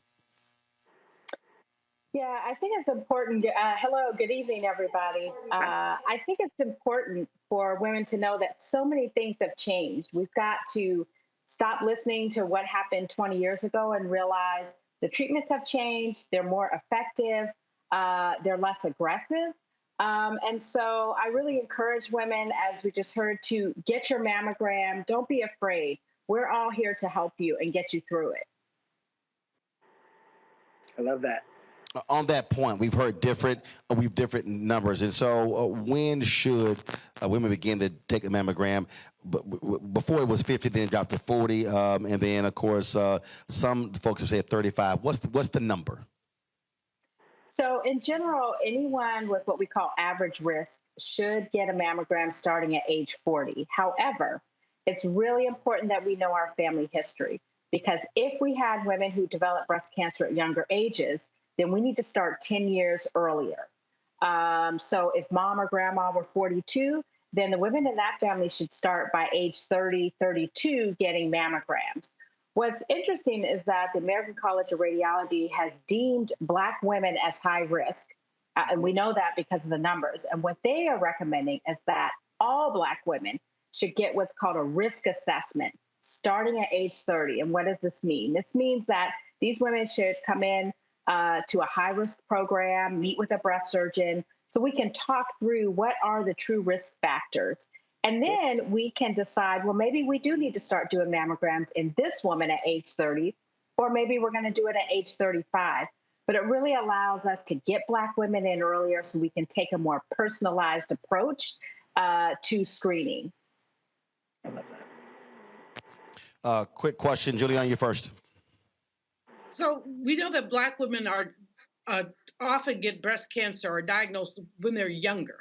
And many of our folks don't want to get the mammogram, as you said, for any number of reasons. Is there something we can do, especially in our HBCUs, to encourage young women to get checked out? I think I like your risk assessment possibility, but to get checked out sooner, because we know, I have a friend who's 28 years old, 28, and was assessed with breast cancer. So just help me talk about the younger women who are basically facing this. Yeah, I think that's. Oh, go ahead. No. I mean, well, we both, because I speak at universities and I speak at high schools all the time. You have to make the conversation open and make it cool, right? So we have learned in the Black community that, we don't really like doctors. We don't like hospitals. I was a part of a clinical trial. I was the only African American in it. They try to find African Americans. No one wants to do it. So they don't have, and you can talk to the doctor, the data, the research, the science, a lot of us, because we're afraid. So making the conversation cool and hip, being open. And that's why I go to universities and I talk, and I go to high schools even, because you got to check yourself, check your breasts, check your boobies, even at a young age, so you know how you feel. So my mother unfortunately isn't here, but I knew that I had to check myself, and that's why I went in the doctor. And I was an advocate. My doctor said I was too young. I said, nope, be an advocate for yourself. I pushed and pushed and pushed. And I got my biopsy, I got my sonogram, and then they found out. Because no one knows your body but you. And you own your health and no one else. Avis? I wholeheartedly agree with that. Yeah, completely. So Avis, I think following along Avis, your question. Sure. Following along that same line of thought, is the problem so much that we are resistant to care, or is the problem that oftentimes doctors don't listen to us? I mean, there's a lot of research around discrimination in medical care. And as Dr. Malveaux laid out, it is statistically shown that Black women tend to get it earlier. And most insurances, for example, is my understanding, for many years, would not even allow you to be able to show up and ask for a mammogram, for example, before you were 40. And typically with us, we get it younger. And that is why oftentimes when it's discovered in us, it's at an advanced stage, because by the time we're at an age where we typically would get it at the point where, quite frankly, most white women get it, because that is the normalizing focus of our medical system, right? It's late for us. So what advice would you give Black women to be able to advocate for ourselves such that we could convince doctors to allow us to have access to these life-saving tests, even if we're younger than the typical woman who would have access to those tests? Yeah, I think you hit it on the head. I think we have to advocate for ourselves. So I look at it, and I'll say this to my patients and say, you're looking good today. You know, you probably advocated for those shoes to be on sale. You advocated to, you know, get a deal in the grocery store. So I think we have to look at our body and our health in that same way. You know, we use our voice when we want to. And so I think it's important that we as Black women, we just have to keep pushing. And if you're with a doctor or a provider who's not listening to you, then go get a second opinion, go get a third opinion until you get someone who really answers that question that you have, that lump that you have, that you know needs to be answered. So I think it's important. We really have to advocate. I think it is a problem. A lot of providers aren't aware of the statistics for Black women. They aren't aware that we get breast cancer at younger ages. And so I think that's where we as the consumers have to really push them to know our statistics and to take action. Eugene. Question. I guess my question is, what can Black men do best to support Black women in this breast cancer fight? Yeah, I think, you know, I have to give the men credit. I've been able to work with some incredible families and men who've just been there. So, you know, I think for men, it's tough. We realize that, you know, it's hard for you because you all want to be the ones to fix the problem. But, you know, that woman just needs you to stand by her side, just to hold her hand, to support her in whatever decision she is choosing to make, and stand by her, and just love on her, and realize it's going to be tough. She's going to have some tough days during that journey, but, you know, just to be there and to hold her hand and just to catch her on those days when she just doesn't feel great. Then, Bershawn, Dr. Hampton, we appreciate both of you joining us on today's show, talk about breast cancer. Thank you so very much.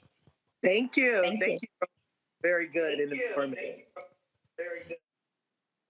All right. Thanks a bunch. Let me also thank Julian, Eugene, and Avis for being on today's show as well. When we come back to Statesboro, we'll talk to a panel here. We'll talk about this election happening in Georgia, what's happening in this city. We'll talk turnout. We'll talk the issues that Black folks care about as we, of course, count down to Election Day. Early voting still is happening in the state. In Texas, early voting started today as well. And also a reminder, if you have folks who are in nursing homes who cannot physically go vote, they have to request an absentee ballot by Friday. The deadline is Friday, and so you must fill that form out and get it back by Friday. And so, folks, please check the election laws in your particular state to know what is required. And so, please do so to make sure that all of our votes are counted. And we'll be right back on Roland Martin Unfiltered on the Black Star Network.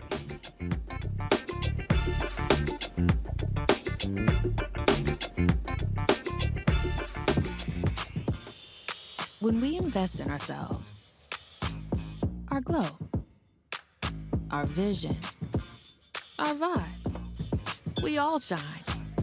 Together, we are Black beyond measure. Hi, I'm Dr. Jackie Hood Martin, and I have a question for you. Ever feel as if your life is teetering and the weight and pressure of the world is consistently on your shoulders? Well, let me tell you, living a balanced life isn't easy. Join me each Tuesday on Black Star Network for A Balanced Life with Dr. Jackie.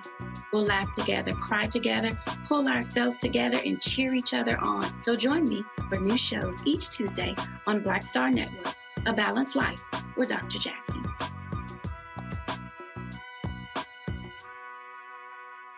When we invest in ourselves, we all shine.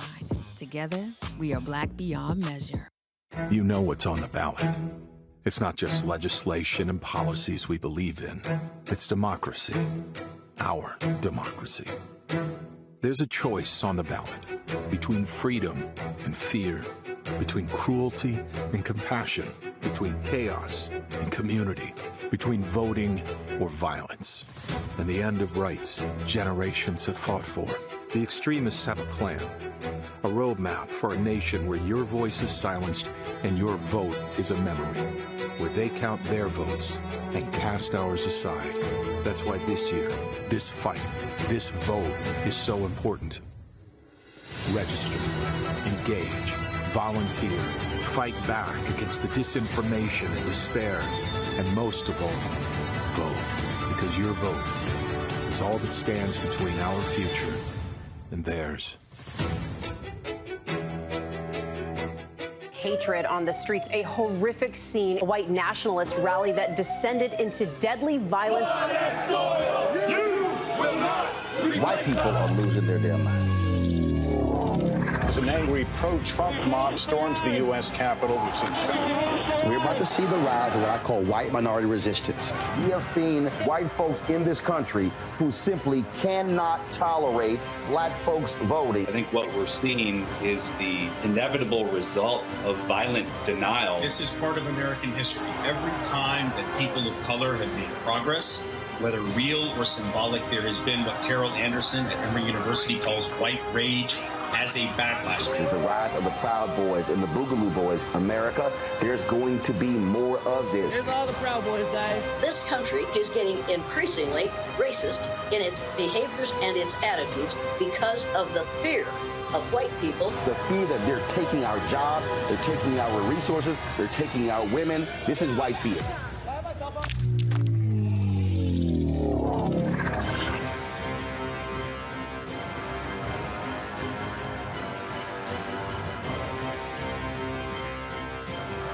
I am on screen and I am representing what a black man is to the entire world that's gonna see this.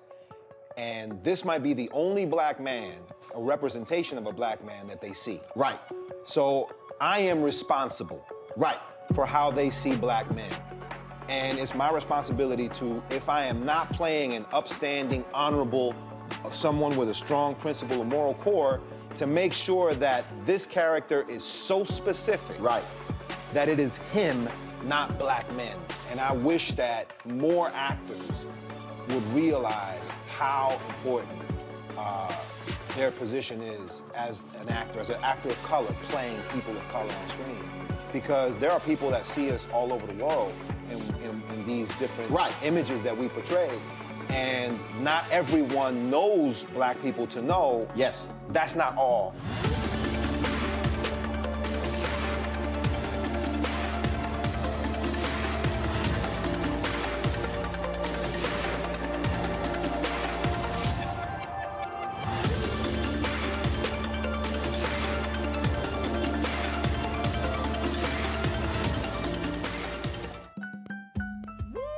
We're all impacted by the culture, whether we know it or not. From politics to music and entertainment, it's a huge part of our lives, and we're going to talk about it every day right here on The Culture with me, Faraji Muhammad, only on the Black Star Network. On the next Get Wealthy with me, Deborah Owens, America's Wealth Coach, Black women are starting businesses at the fastest rate than any other segment. However, finding the funding to build them is challenging. On our next Get Wealthy, we're going to talk with author Catherine Finney, who wrote the book, Build the Damn Thing. And she's going to be sharing exactly what we need to do to achieve success in spite of the odds. As an entrepreneur of color, it's first, building your personal advisory board. I think that's one of the things that's helped me the most. The personal advisory board of the people who are in the business of you personally, and want to see you succeed. That's right here on Get Wealthy, only on Black Star Network. Pull up a chair, take your seat. The Black Tape with me, Dr. Greg Carr, here on the Black Star Network. Every week, we'll take a deeper dive into the world we're living in. Join the conversation only on the Black Star Network. Hey, I'm Amber Stevens-West. I'm Avery Sunshine. So this is Roger Bob. I got a message for Roland Ascott Martin. Buddy, you're supposed to be hooking me up with some of these mascots. I'm sorry, ascots that you claim to wear. Where's mine, buddy? Where's mine? That's all I got to say to you, okay? Mascot, goodbye. Hi, this is Essence Atkins, and you're watching Roland Martin Unfiltered.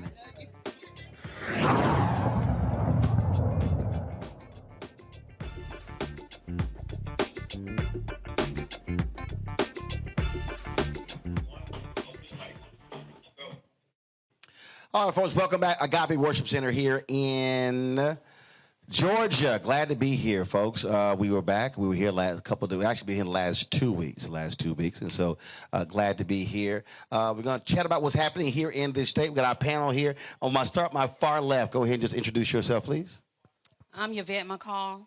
I'm a representative of Black Voters Matter. All right. Y'all got to share mics. I'm Francis Johnson. I'm chairman of the board for the New Georgia Project and the Action Fund. I pastor 2 churches here and practice law. I'm Jonathan McCollar. I'm the mayor of the city of Statesboro. And I'm Lakeisha Hill. I'm the chair of the Statesboro Youth Commission. All right, glad to have y'all here. So let's talk about what's happening here. We've seen the stories about record turnout already here in Georgia, and it comes to this early voting period. But you were before you were doing the break, you were talking about some of the numbers in terms of absentee balloting, and so just give us a sense of statewide in terms of exactly what's happening here, what's outstanding, how much longer is early voting, and let's talk about that. So this has been a record-breaking year in terms of turnout. There have been 739,000 people who've cast their ballots already. You can give it up for that. 248,000 folks who have outstanding absentee ballots.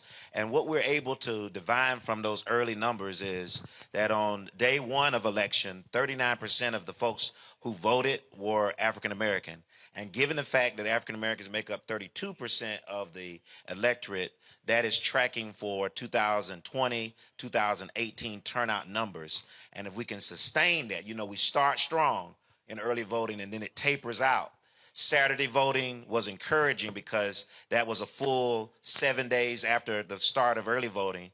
And there we saw record turnout and record African-American turnout. So I think if the narrative of 2020 was that Black women rose up and saved our democracy from itself, from white violence and white rebellion, 2022 might be the year that Black men have something to say as well about our democracy.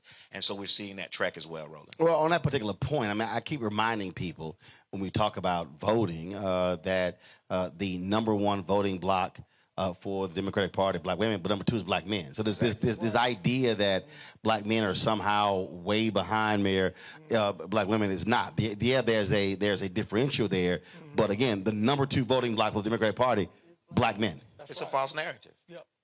That's right. And one thing that we want to be clear when it comes to that narrative, there's diversity amongst any group. And so no group is 100% one way, but the numbers that we have when it relates to Black women and Black females as they go to the polls, the rate that they vote democratically it outperforms any other group that's out there. And so that's what we have to continuously stay focused on. That's a media narrative. As we're working to continue to push people to the polls. That's a media narrative. Yeah. Go ahead. They're very close. It's just a media narrative. First of all, we know if Black women vote, they whole household vote, period. So it's just a media narrative to cause division among us. Well, we could say it's a media narrative, but it goes all the way back to length and breadth of this country. W.E.B. Du Bois said this about Black men. What is it like to be America's problem? And so this narrative is so convenient as the nation cannot stand to look at white violence, male violence that we saw on January the 6th. On January 6th, and it can't stand to look at white suburban women who turned their back on every value they claimed they had and got what was promised to them, which was retrogression of their own rights in terms of reproductive rights. And so instead of looking honestly at that white violence and the suburban betrayal of white women, we focus on a false narrative of Black men not showing up. And it's just simply not true. It's not true by the numbers. And to say that Stacey Abrams or that Raphael Warnock have problems with Black men is politics 101. You always attack a candidate where they're most strong. And so this is simply a deflection, and it won't work. We know better than that, and we won't fall for the okie doke.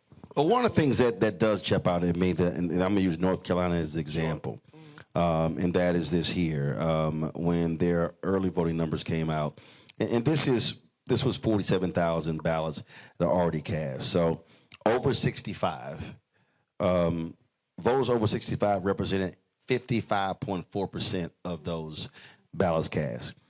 Ages 41 to 65 represented 27 8.5%. 26 to 40 represented 10.9. 18 to 25 represented 6.3. So if you look at right there, the two largest groups of voters only accounted for 17.2% of the ballots cast.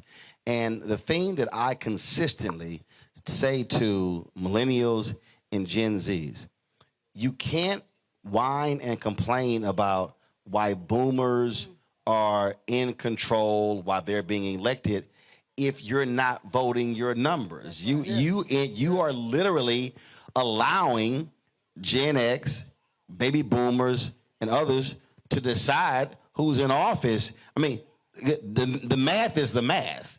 And so just hear your thoughts about that. Again, having conversations or trying to get folks who are 18 to 40 to understand you literally have the numerical numbers where you can determine elections, but you don't vote. I mean, to your point, as far as the younger groups preparing to vote, I think it really starts with educating them on the power of their vote. And it seems to be that the younger folks don't actually know the power that they carry in being a registered voter. I know when we worked on Mayor McCullough's re-election campaign, when we were knocking on those younger folks' doors and asking about registration to vote, they were saying no. But I think they were saying no because they were not educated on what this means. This is how you represent yourself. This is how you show up in the political process. Absolutely.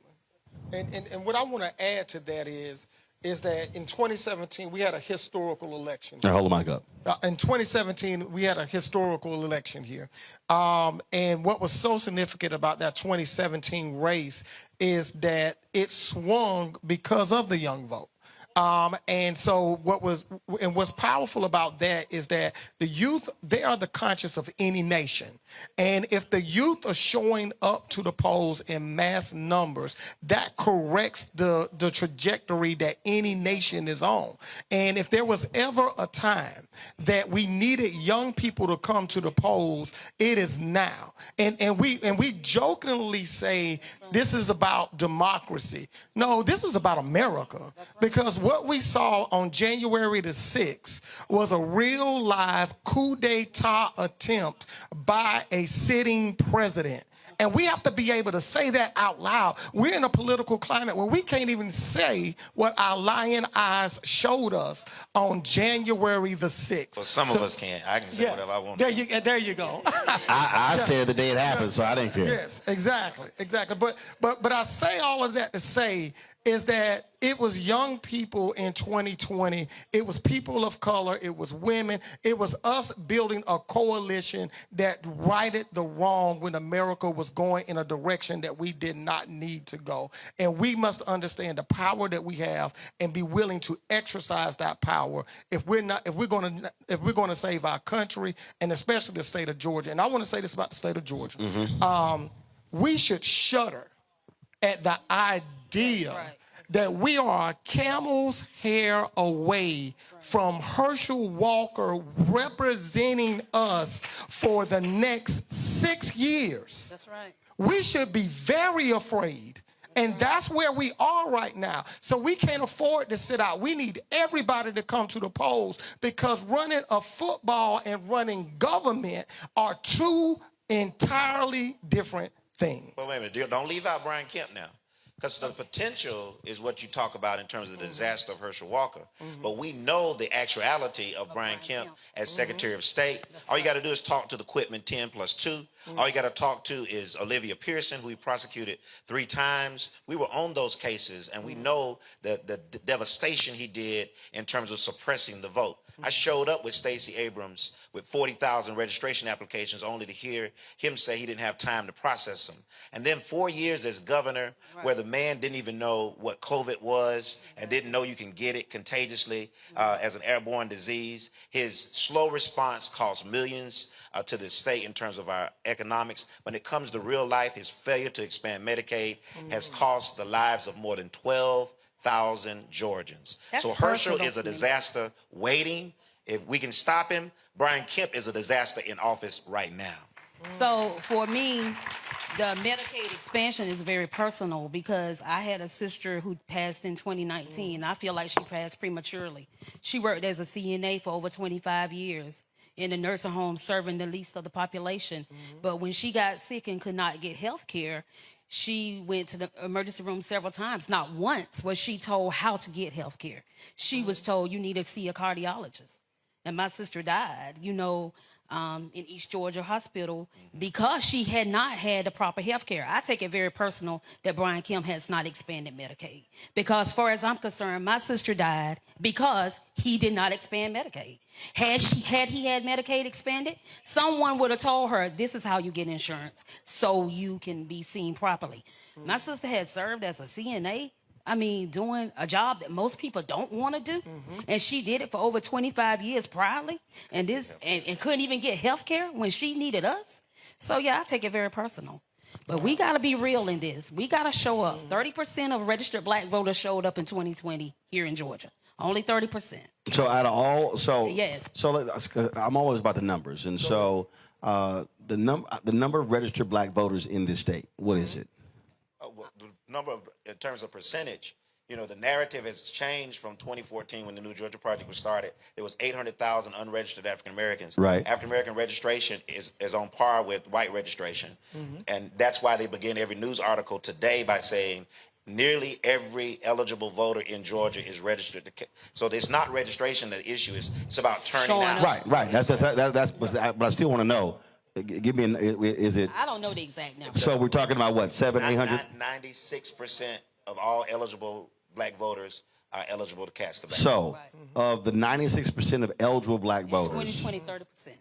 It was 30%. Yes. So 66%. White people was 55. And that was what I was talking about earlier. Yeah. And that is when I hear folk talk about black folks, we got so-and-so elected. The reality is if we take our number from 30 to 50. That's right. That's right. That's right. If we go from 30 to 50, literally, it can be a blowout for whoever we want. Right. Yeah. So we got to stop saying that we keep showing up and getting nothing because we're absolutely not showing up. Not in the numbers that we should. There you go. We can talk and play like we are. We can say we are, but we're not. Yes. When 30% is only showing up, that's a not. Yeah. So you can't say that you keep voting and getting nothing because you're not voting across. And see, and the reason I tell people to use numbers is because when I'm walking my audience through this, and so let's just say you have 700,000 eligible registered African Americans. Let's just say you have 700,000. Well, if 30% of the 700,000 are voting, that's 210. It's barely more than 200,000 people voting, which means that 500,000 aren't. Yeah. Exactly. So we talk about black folks turning out, and folks like, oh, black folks, we showed out in 2020 and got Ossoff and Warnock elected. Yeah. 500,000 didn't. That's right. If you take half of those 500,000, Biden Harris, if you just take how the margins go, they don't win Georgia by 11,000 votes. They win Georgia by 250,000 votes. Exactly. Which is the actual margin of, and it's going to blow folks away. That's the margin that Republicans win by in Texas. Right. Yes. I understand. Yes. I understand. But there's another factor to this that doesn't take away anything you just said. Voter suppression is real. It is true. Although Baker versus Carr established that one man equals one vote, all of those votes are not equally able to cast an unfettered ballot. If you're African American, you have to wait in lines that are 3 and 4 times as long as in your suburban white neighborhoods. That's if you can show up with a registration in the first place. Ethnic sounding names, my wife's name, for example, Dr. Mika Williams-Johnson. Somebody types that into the registration database incorrectly, not by any fault of hers. She might have completed her registration correctly. It now punches her out and sends her a list of maybe 13 things that could be wrong. You figured out, show up one day and get it straight. Beyond those pieces, which are just technical within the system, By the way, we also have 15 different elections going on at any given time in March for judges, a primary, a runoff, a November election, etc. We do this to confuse voters on purpose. And then when you add the very draconian measures that are in Senate Bill 202, which says, although we're going to make the lines longer and make it difficult for you to even get in the line in the first place, if somebody offers you a drink of water, that becomes a felony. And so when you subtract the number of people who are held in pretrial detention, when you subtract the number of people who attend HBCUs but can't use their HBCU ID to vote, although they go to a school in this state, and you can use a gun registration card to vote, when you layer on all those efforts of voter suppression every day, telling black men, telling black women that your communities don't matter because we don't see the kind of investment you put in during your administration, it's no wonder that as many people who are showing up supporting this democracy are even doing it in the first place. So I'm going to take a break. When we come back, I want to pick up on that, but also I want to talk about in terms of how we continue to mobilize and organize after the election, because I think part of the frustration when we talk about young voters and others, and I do this all around the country, I'm trying to explain to people that the election is the end of one process, and it's the beginning of another. And so we'll do that, folks. Again, we're here at New Agape, at Agape Worship Center.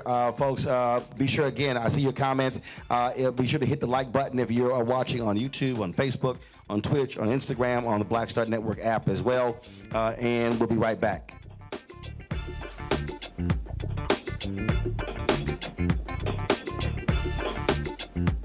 When you talk about blackness and what happens in black culture, we're about covering these things that matter to us, speaking to our issues and concerns. This is a genuine people-powered movement. There's a lot of stuff that we're not getting. You get it, and you spread the word. We wish to plead our own cause. Too long have others spoken for us. We cannot tell our own story if we can't pay for it. This is about covering us. Invest in black-owned media. Your dollars matter. We don't have to keep asking them to cover our stuff. So please support us in what we do, folks. We want to hit 2,000 people, $50 this month, raise $100,000. We're behind 100,000, so we want to hit that. Y'all money makes this possible. Checks and money orders go to P.O. Box 57196, Washington, D.C. 20037-0196. The Cash App is $RM Unfiltered. PayPal is R Martin Unfiltered. Venmo is RM Unfiltered. Zelle is Roland at RolandSMartin.com. Hi, I'm Kim Burrell. Hi, I'm Carl Payne. Hey, everybody, this is Sherry Shepherd. You're watching Roland Martin Unfiltered.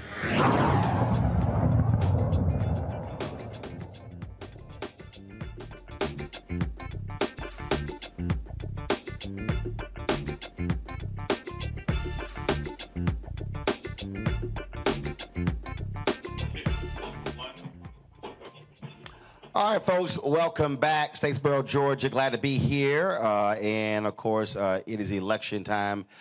We are 15 days away. And, of course, but early voting has already started, not just here in this state, but in other states as well. More than 8 million people have already cast ballots across the country. And in this state, that's about 10%, actually, exceeds about 800,000 already. And so Texas began today. We were there on yesterday for a Fight for Democracy rally sponsored by the NAACP, Black Voters Matter, and several other organizations as well. And so we will be in Swainsboro, going back to Swainsboro tomorrow.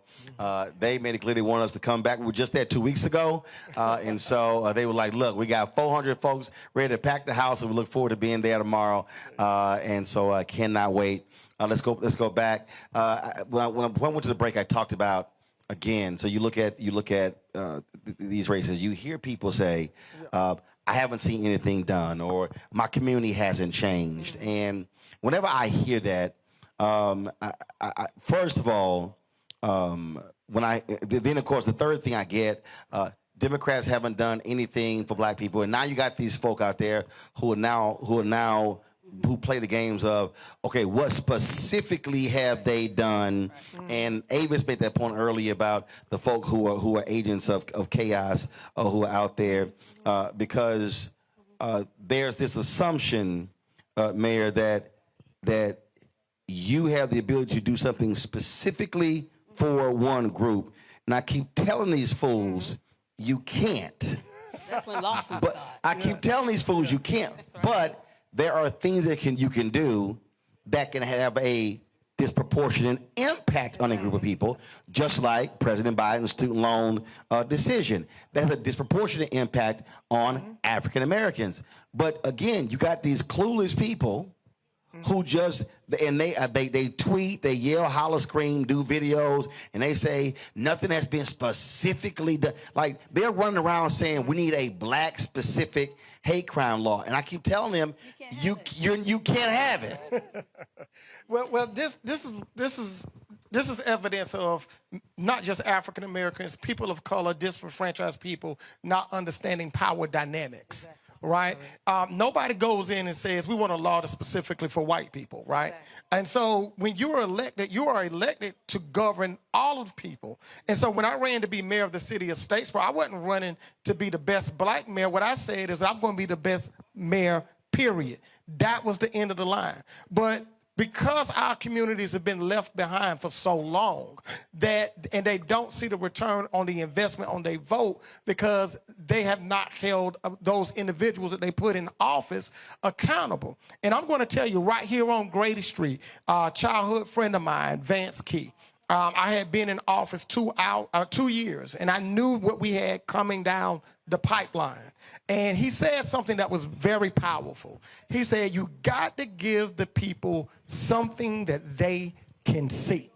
And so what we did locally is that we took 2 parks that's located on the historic, mostly African-American sides of the city. We rebuilt those parks. That was something that they could see. But beyond that, in 2020, with the election of 3 women, this is the first time this has ever happened in our community as councilwomen. Councilmember Paulette Shavers, Sherry Barr, and Councilmember Venus Mack. We passed the equity package. And in this equity package, we carved out 20% of all contracts that go out into the community to be specifically for female and minority-owned business owners. And what did this do? This allowed us the opportunity to trap more dollars within our community, put more people to work within our community, and get quality products. And so right now, the parks that our kids are playing in right now, right down the street, 29% of that contract work went to people of color and to women. When we're looking at the remodeling of our city hall, we're looking at about 30% of that going to people of color and to women. We have to be very specific and understand how policy works and understand that we can do business too. And we can do great things. And I want to say this, and I'm going to close it out. This is important for us to understand why funding needs to get to the local level. When the CARES Act was passed, it went to our governor's offices across the state. Well, for the city of Statesboro, we were supposed to get $5.7 million. Of that $5.7 million, we only received $1.7 million. And the $4 million went into the state coffers, and now the governor is going around passing out special projects. And talking about this surplus. A surplus, but the surplus was stolen from us and put into their wallet. And now at the city level and the county level, we've seen the impact of COVID and inflation. We're seeing salaries go up, supplies go up, and that money was intended to save the people at the local level. But when we took over the Senate, that money came straight to this community. And because of that, we are now putting $11 million in rebuilding our neighborhoods. We're fixing up Grandma Dem house. We're putting in infrastructure where we had no sanitation or any of those things. And we're building a $2 million food bank to address food scarcity that's specific for that. And in the midst of all of that, we created a long loss reserve to save local business in this community. So that's the difference. So I'm curious. Warnock replaces Isaacson. Yeah. So what did this city in this area see differently with him compared to his predecessor? Access. It's as simple as that. Access. I can get on the phone right now, call Maria. Maria is going to pick up the phone, and she's going to say, Mayor, what do you need? And right now, we got Miss Lakeisha Hill right now. She's working. She's a member. She's our chair of our youth commission, and we've launched this organization called Village Builders, which is the youth initiative. You know who's working on that with us? Senator Raphael Warnock, Senator John Ossoff. Their offices are working to bring funding to this community. We did not have that before. And that's why it's so important, because it gives the opportunity for people that's been overlooked the opportunity to have their voices heard in the highest corridors of this land. Go ahead. Well, just to piggyback on what the Village Builder Initiative is, it's basically to bring those resources at the front door of those underrepresented communities, like showing up. Here's your food, here's your clothing. Tell us what other resources that you need that we have not identified. To his point, with that type of funding, it just allows us to do more. It allows us to be visible. It allows us to educate those underrepresented communities about voting, about the resources that are poured into your community when you get out and vote. Yeah. See, that point about access, I really do laugh at the clue. I do laugh at them, and they get mad because I will literally hit them with a laughing emoji on Twitter or my YouTube channel so they'll start, oh, you trying to get black people to vote Democrat, you're a Democratic shield, and I start with the most basic thing. Okay, you claim especially the people who yell reparations. Every time they do, I tell them, can you show me one Republican? One. I ain't asking you for two. Show me one that agrees with you. Take your time, I'll wait. And so what I explain to people who yell, holler, and scream, well, they agree with reparations, just not for black people. Well, this country is engaged in 13 rounds of reparations for everybody else except for black people. But also under Republican administrations, by the way. Oh, absolutely. But the thing that I walk people through is you can sit on Twitter or Facebook and YouTube, and you can sit in these platforms and yell, holler, and scream. But politics is not about the folk who complain but don't actually engage. And so the first rule of politics is, can I call somebody? Can I reach somebody? Can I get a meeting? Can I get access to then get what I want? Yes. And so what I try to walk people through is to understand that when we're talking about voting, like all the tangible folks, no politician can give you a tangible if they don't win. Exactly. I mean, and then after they win, they still have to get other folk to go along with the vote, which means we now have to be there at City Hall, at school board meeting, at county meeting, at the legislature, in the halls of Congress, pushing to actually get it done. Sure. And that to me that's why I keep saying we got to have Schoolhouse Rock 2.0, 3.0, because there's a bunch of folk who literally have no clue how this thing works. Well, that's exactly how I feel about, that's one of the things that tug at my heart. We need, I would like to see voters' education, like on the ground level, grassroots, because I think just what you're just saying, they simply just don't know, how politics work, and they don't understand that, like you say, you got to be in the room to get what you want. Didn't Obama say something like, tell me what you want, you tell me whatever? So I think that's what we got to realize. We need some voters' education that's grassroots. But I have a question for Mayor McCullough. Uh-oh. Did you say that how much money was stole from Bullitt County? Stole from they were supposed to get $5.7 million, you got 1.7. We were supposed to receive $5.7 million. We received $1.7 million. So we have county commissioners that actively support Brian Kemp after he did not give us our money. Okay, I just want to make sure. And we have to understand why that's important, especially right now. Right now, there's real conversations, not just in Statesboro, not just in Bullitt County, but across the state, where we're struggling to look at our budgets because we can't predict inflation. We don't know when the wages are going to stop going up. And wages are the biggest part of any governing body's budget.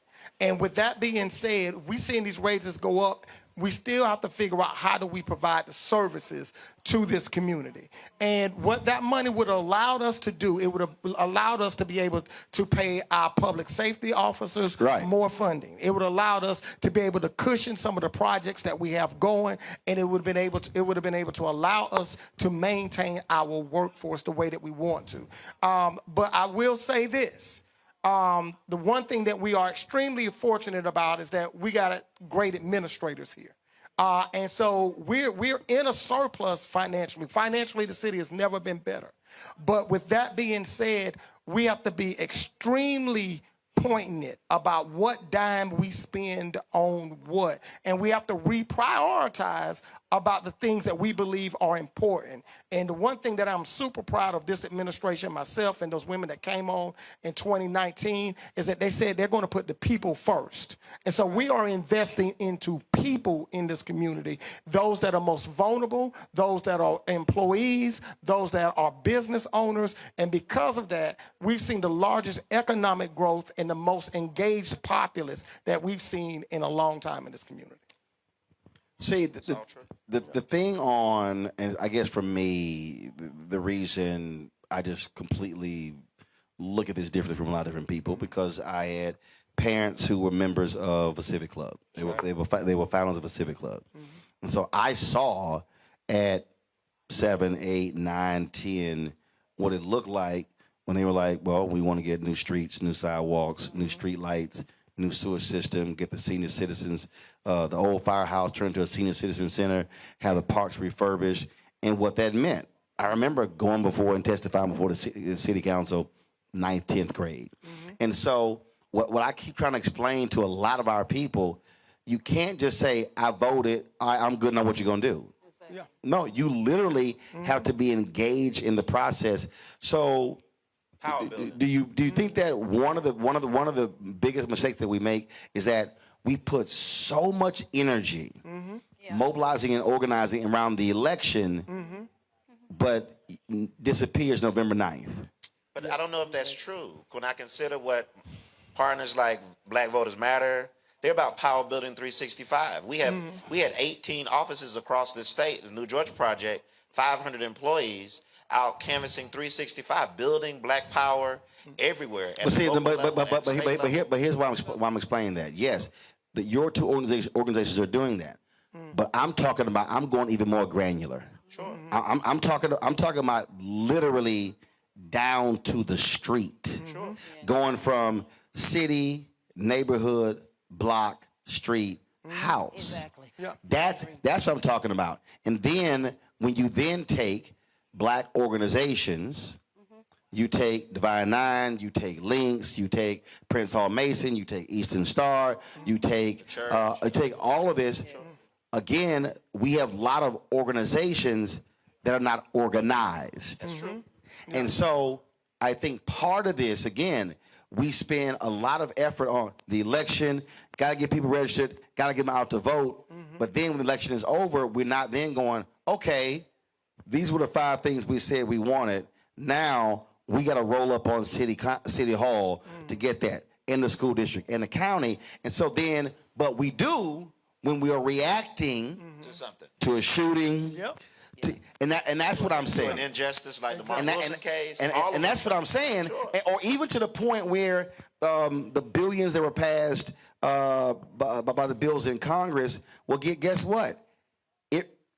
Communities have to then say, well, this is what we want built. Right. And a lot of times, we're not putting in our request when that money gets passed. And then we go, well, we didn't get none of it because we also didn't put in a request. Well, we just have to be not clear that the status quo supports the other side, supports the white community. So Mayor Collar doesn't have to do anything, and that community is going to be enriched. Here's 2 reasons.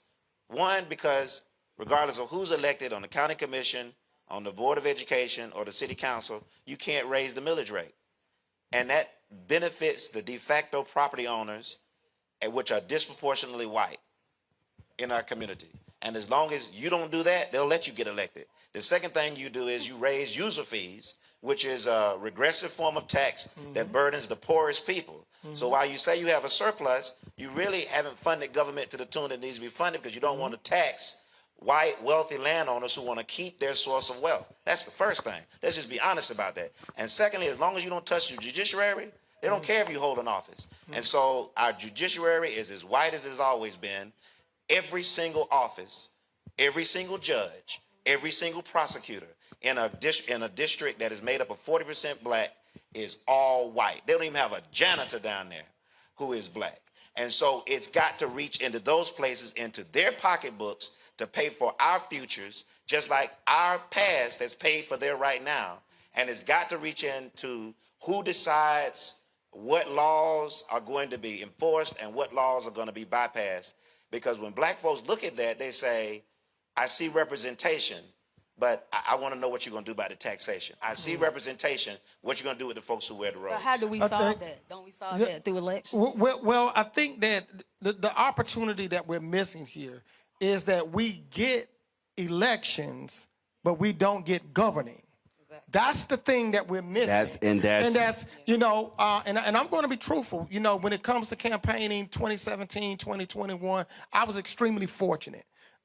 We had more than enough people knocking on doors. We had more than enough people, you know, putting up signs and doing all of those things. But a week after we won, I felt alone. And it was like, you know, I'm saying it how I mean it now. Yeah, and that's because I could call a group of people and they're going to show up 5, 10, 15 people, but the governing piece, that's the piece where we need, and the way that's what I'm talking, and that's what I'm talking about. Go ahead. Yeah, and so the caveat that we did was this: is that we introduced commissions. We turned those people that was knocking on doors. No, you a member of the commission now. Ain't that right, Keisha? That's right. Yes, we turned them into commissions so that it ain't just on me to keep investing into the youth, to keep investing into infrastructure. Now, you said this is what you wanted. That's called the spoils of winning. Exactly. And so now we've introduced these commissions, and now they're doing the work that we talked about. And so now we're passing the legislation. We're funding the things that we want to. And this is what I'm going to say about progressives. We're too nice. When you have the opportunity to govern. That's right. Do the thing that you said you was going to do, because this is what we got to understand. Because they're going to use theirs. This is what we got to understand. Our policies, unlike theirs, actually work. See, here we are. We got a progressive mayor. That's African American. This city has never seen this kind of economic growth because we actually said we're not just going to fix the roads on the south side of town. We're going to do it on the west side of town too. That's right. We're not just going to build up parts that's outside of the city. We're going to build up parts inside of the city. We're not just going to build in places that's been historically getting the benefits year after year. We've shown that progressive policies actually work. And that's what we have to stand on. We got the conservatives.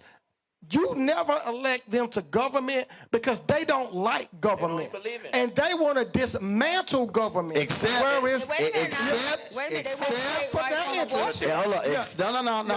See, everybody, they holler, they don't like government until that flood hit. Yes, exactly. Until that hurricane hit, until that tornado hit. Mm-hmm. Or and also this is also where I think people, progressives who run, the reality is the amount of money Georgia, Mississippi, South Carolina, Tennessee, Arkansas gets back from the federal government is far more than the state taxpayers put into the systems. And so and a lot of times we don't want to mention that. And I do it all the time. So that's why I say I don't want to hear no red state governor talk about they can't stand the federal government. You a lie.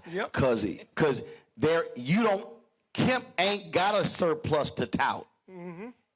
that's a federal government surplus. That's CARES Acts. That's the American Recovery. That's right. That's where that money is coming from. And we got to understand the game, because like it's cute to say you got a surplus, right? But we had a surplus before the pandemic locally. And So- see, progressives also, Yeah. and see again, I'm way more gangster and I'm way petty than y'all. Because if I'm here and I know somebody who's touting money that came from the federal government who voted against it, I'll be showing up at the ribbon cutting. You voted against it. You voted against it. Yes. We don't want you in the photo. That's right. Only folk who voted for the money get to be in the photo. No, sometimes you got to embarrass folk because they are taking credit Exactly. for the work somebody else did. Exactly. And then want to be in the photo and vote against it the whole time. Exactly. I just think you got to call them out. Well, you don't mind not being loved right now. But Oh, we have folks who I get love elected myself. position. I'm good. We have folks who get elected position who care more about being invited to different events and being loved by people who cannot stand them than doing what is right now. So, and that's just the balancing act you got to do. Either you're going to do what is right or you're going to do what is popular. So I'll give you an example. So when I talk about how do you mobilize, so you take Tennessee. The state of Tennessee just announced that they're going to build a $2 billion domed stadium for the Tennessee Titans. The state of Tennessee is going to contribute $500 million of the $2 billion. That's 25%. This is the same state where the committee determined that they have underfunded Tennessee State by $500 million. And what I have been asking NAACP in Tennessee, Urban League, other organizations, HBCU graduates, and I've said, please let me know when y'all are having your mass mobilization trying to shut the state capitol down, saying y'all ain't gonna give no $500 million for a stadium for a billionaire football team and not give $500 million to Tennessee State. Again, that requires organization, mobilization. And so I put this out there now for several weeks, and folks like, and I'm like, y'all, that's $500 million. And see, and I think that's the piece there. We are excellent at being reactionary, mobilizing in a massive way to a shooting, or to somebody being called the N-word, or a student being beaten by a resource officer in a school. But we're not as ticked off for $500 million to $1 billion. Well, I just let it be known, I was state president of the Georgia NAACP when the Falcons tore down the Georgia Dome and built the Mercedes-Benz Stadium. Not only did we cry out about that, we filed and support lawsuits against the state, which was depriving the students of Atlanta, because either you own the stadium or you don't. If you own the stadium, you should pay taxes. If you don't own the stadium and you lease it, then we should share in the revenues. Either way, Arthur Blank and the Atlanta Falcons made off like a fat cat, and the taxpayers on the hook for it. It's unpopular, but it was the right thing to do. And so there are folks who are lifting their voices about these issues and are trying to mobilize our community. But remember, we're running against a propaganda machine that has made people believe that taking a knee was violent protest and breaking into the Capitol was legitimate discontent.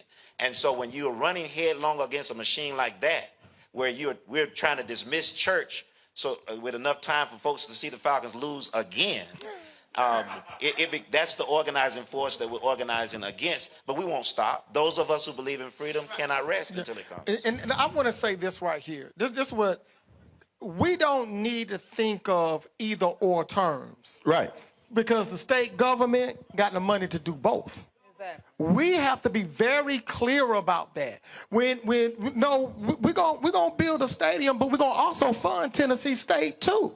Because they Can we start with what the Constitution actually says the government should do? Oh yeah, and funding a stadium for a billionaire is not in those enumerations. Oh yeah, absolutely. But providing for the common defense, promoting the general welfare. Exactly. Those are things that are listed there. Yeah, I see what Mira McCall is saying. We're it's saying not what's going to listed, stop. So you got to say do both. Yeah, exactly. It's not going to stop. That's what we have to be clear on. It's not a zero-sum game. You know what I'm saying? And let's look locally.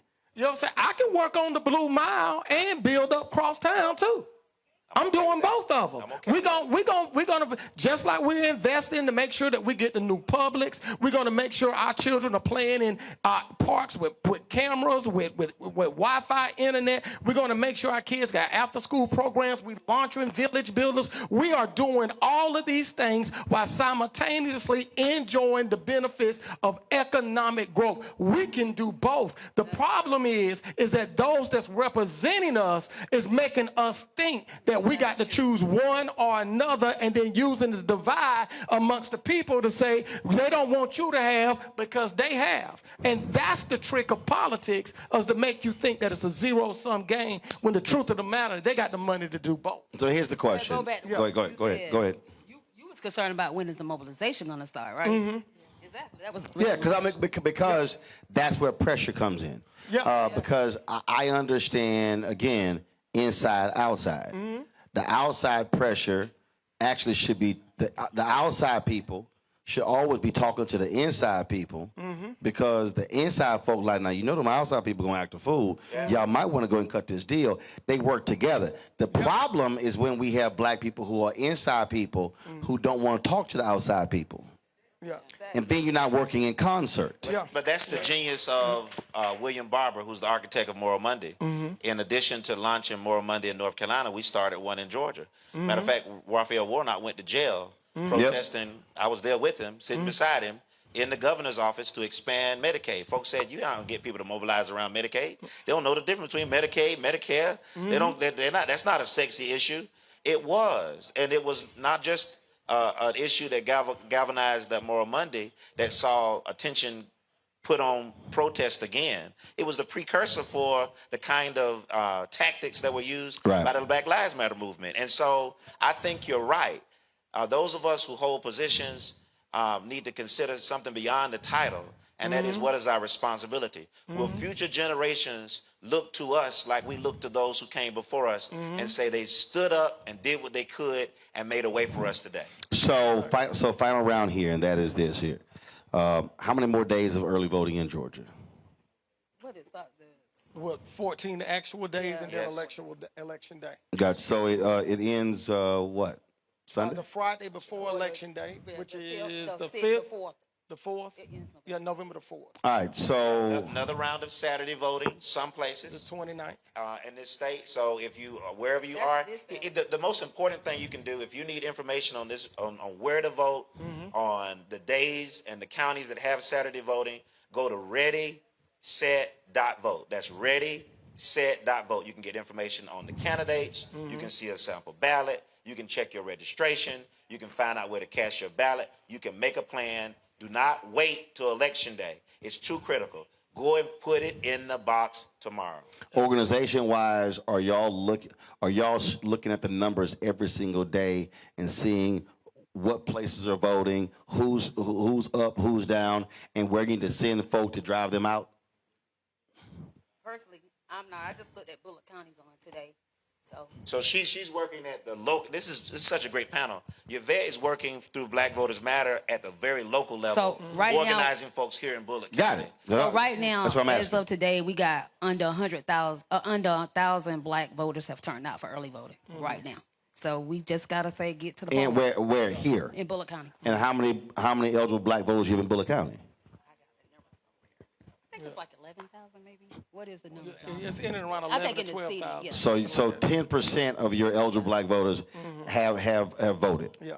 I mean, and that's the information I got today. So Got that it. may not include the ones. I got it. And listen, I want folks to be energized, because 11% of the electorate across the board has voted. Yeah. So if it's 10% here in Bullock County, Right. it's tracking. We also remember that 70% of the eligible black voters live in Metro Atlanta. Right, Yeah. right. I mean, that shouldn't be understated. And the 18 to 29 population is under 6% right now. So we definitely need y'all to get out and vote. And again, that's the reason I'm asking the questions, why I want the data. So again, repeat that again. So you said Under 6%. Of 18 to 29 voters, under 6%. Right, right. Which means that the work of the 11,000. That's what 11,000 out of that. No. That's what just in general of the people who have voted early so far.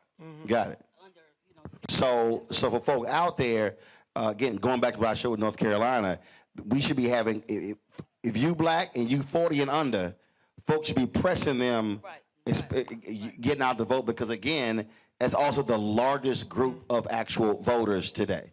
Go ahead. So there's been 837,597 folks as of the close of polls to today. That's 11% of the electorate. And so I'm actually encouraged when I see a rural county like this posting 10% of its eligible black voters. It's tracking. Black voters are still ahead of their percentage. And let me go back and correct something that was said earlier. Black folks make up 32% of the total share of the electorate, not a 32% turnout in the election. That's a little different. That's important. But the real takeaway for me is that folks are showing up, and they're showing out despite insidious voter suppression, and the folks who are manning the polls and working as poll workers in our local office deserve to be appreciated as well. Because they're standing up against absolutely the kind of retrogression and hate that we haven't seen in a long time. The New Georgia Project 365 builds power every day in black communities, and we're unashamed about that. Our founder, Stacey Abrams, is on the ballot. You make your choice of who you want to represent this state. Our second chairman, Raphael Warnock, is also on the ballot. You make your choice about who you want to represent this state. And so we couldn't be more proud of those who are running and to be a big part of the success in getting folks registered and casting their ballot in the state. Thank you, Roland, for being here. I appreciate it, Mayor. I want to say two things. I want to make 2 points very clear. This election should be extremely personal to us. It should be extremely personal. We should be going through our social media. We should be going through our cell phones. We need to be contacting every individual that we know, and we should be telling them to go vote and for them to go to take their family members. This is a personal matter for the state of Georgia because we are looking at the future of this state, and in my opinion, the combo that we have right now in Stacey Abrams and Raphael Warnock speaks to the best of what this state can be. And the second thing I want to say, and I want to be deliberate about saying this about Stacey Abrams. Stacey Abrams has been on the ground in this state for a very long time. And this is a woman that I've said time and time again is one of the most brilliant people I have ever met in my life. I literally believe that this woman can do anything that she sets her mind to. And to have that kind of talent in the governor's mansion would speak volumes for the future of this state. But imagine how powerful it would be for our little girls to look at that governor's mansion and see a woman that they can identify with and say, one day we can be like her. That's right. Go vote. Final comment? Final comment, just picking back on the mobilization, I think is very important just, to get to the door, not just, on the broader perspective, but show up in these neighborhoods, knock on the door, educate the voters, and put pressure on them to actually show up and cast their ballot. All right, then. We certainly appreciate it. Go ahead. Oh, I just wanted to say... Hold the mic up. Okay. I just wanted to say inflation is temporary. We know inflation is going on. We know that corporate profits are driving inflation. Over 50% of these products 50%. That you're paying all this extra from is going to corporate profits. Biden didn't create inflation, but your rights are on the ballot. Your rights are on the ballot. Inflation is temporary, but your rights are on the ballot. One of the reasons why we wanted to come to places like Statesboro and Swainsboro and Savannah, and of course in 2020 we were in Albany and other places, is because typically what happens in these elections, so much emphasis obviously is put on metro areas. But one of the reasons why Republicans have won in places like Texas and others is that they've actually run up huge vote totals in a collection of small areas. That's right. And so what then happens is that negates your large metro areas. And so I keep saying that we have to be hitting numbers that others are not hitting. So if you have 11,000 black folks who are eligible in a county, we should be seeing 75% of them voting. Yes. We've got to maximize our numbers. That has to happen. That's how Harold Washington won as mayor of Chicago when black folks turned out 80% of total of the eligible population actually voted.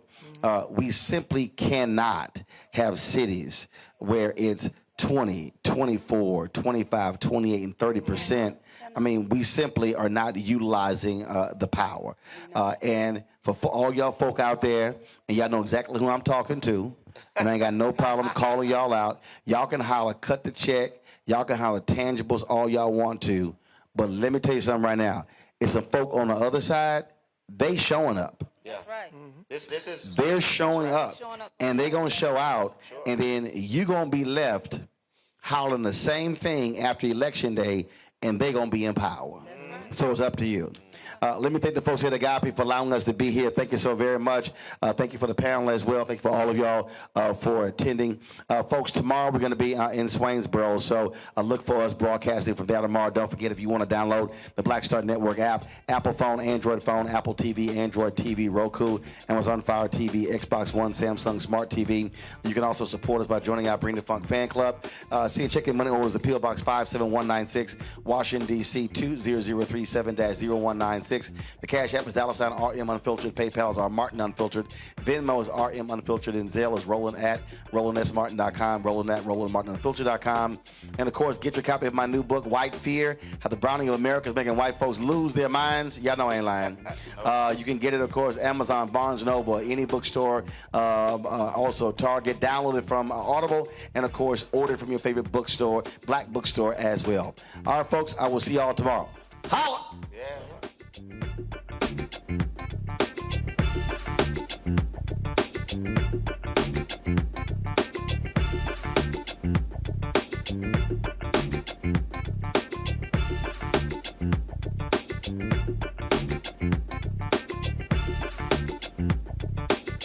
you.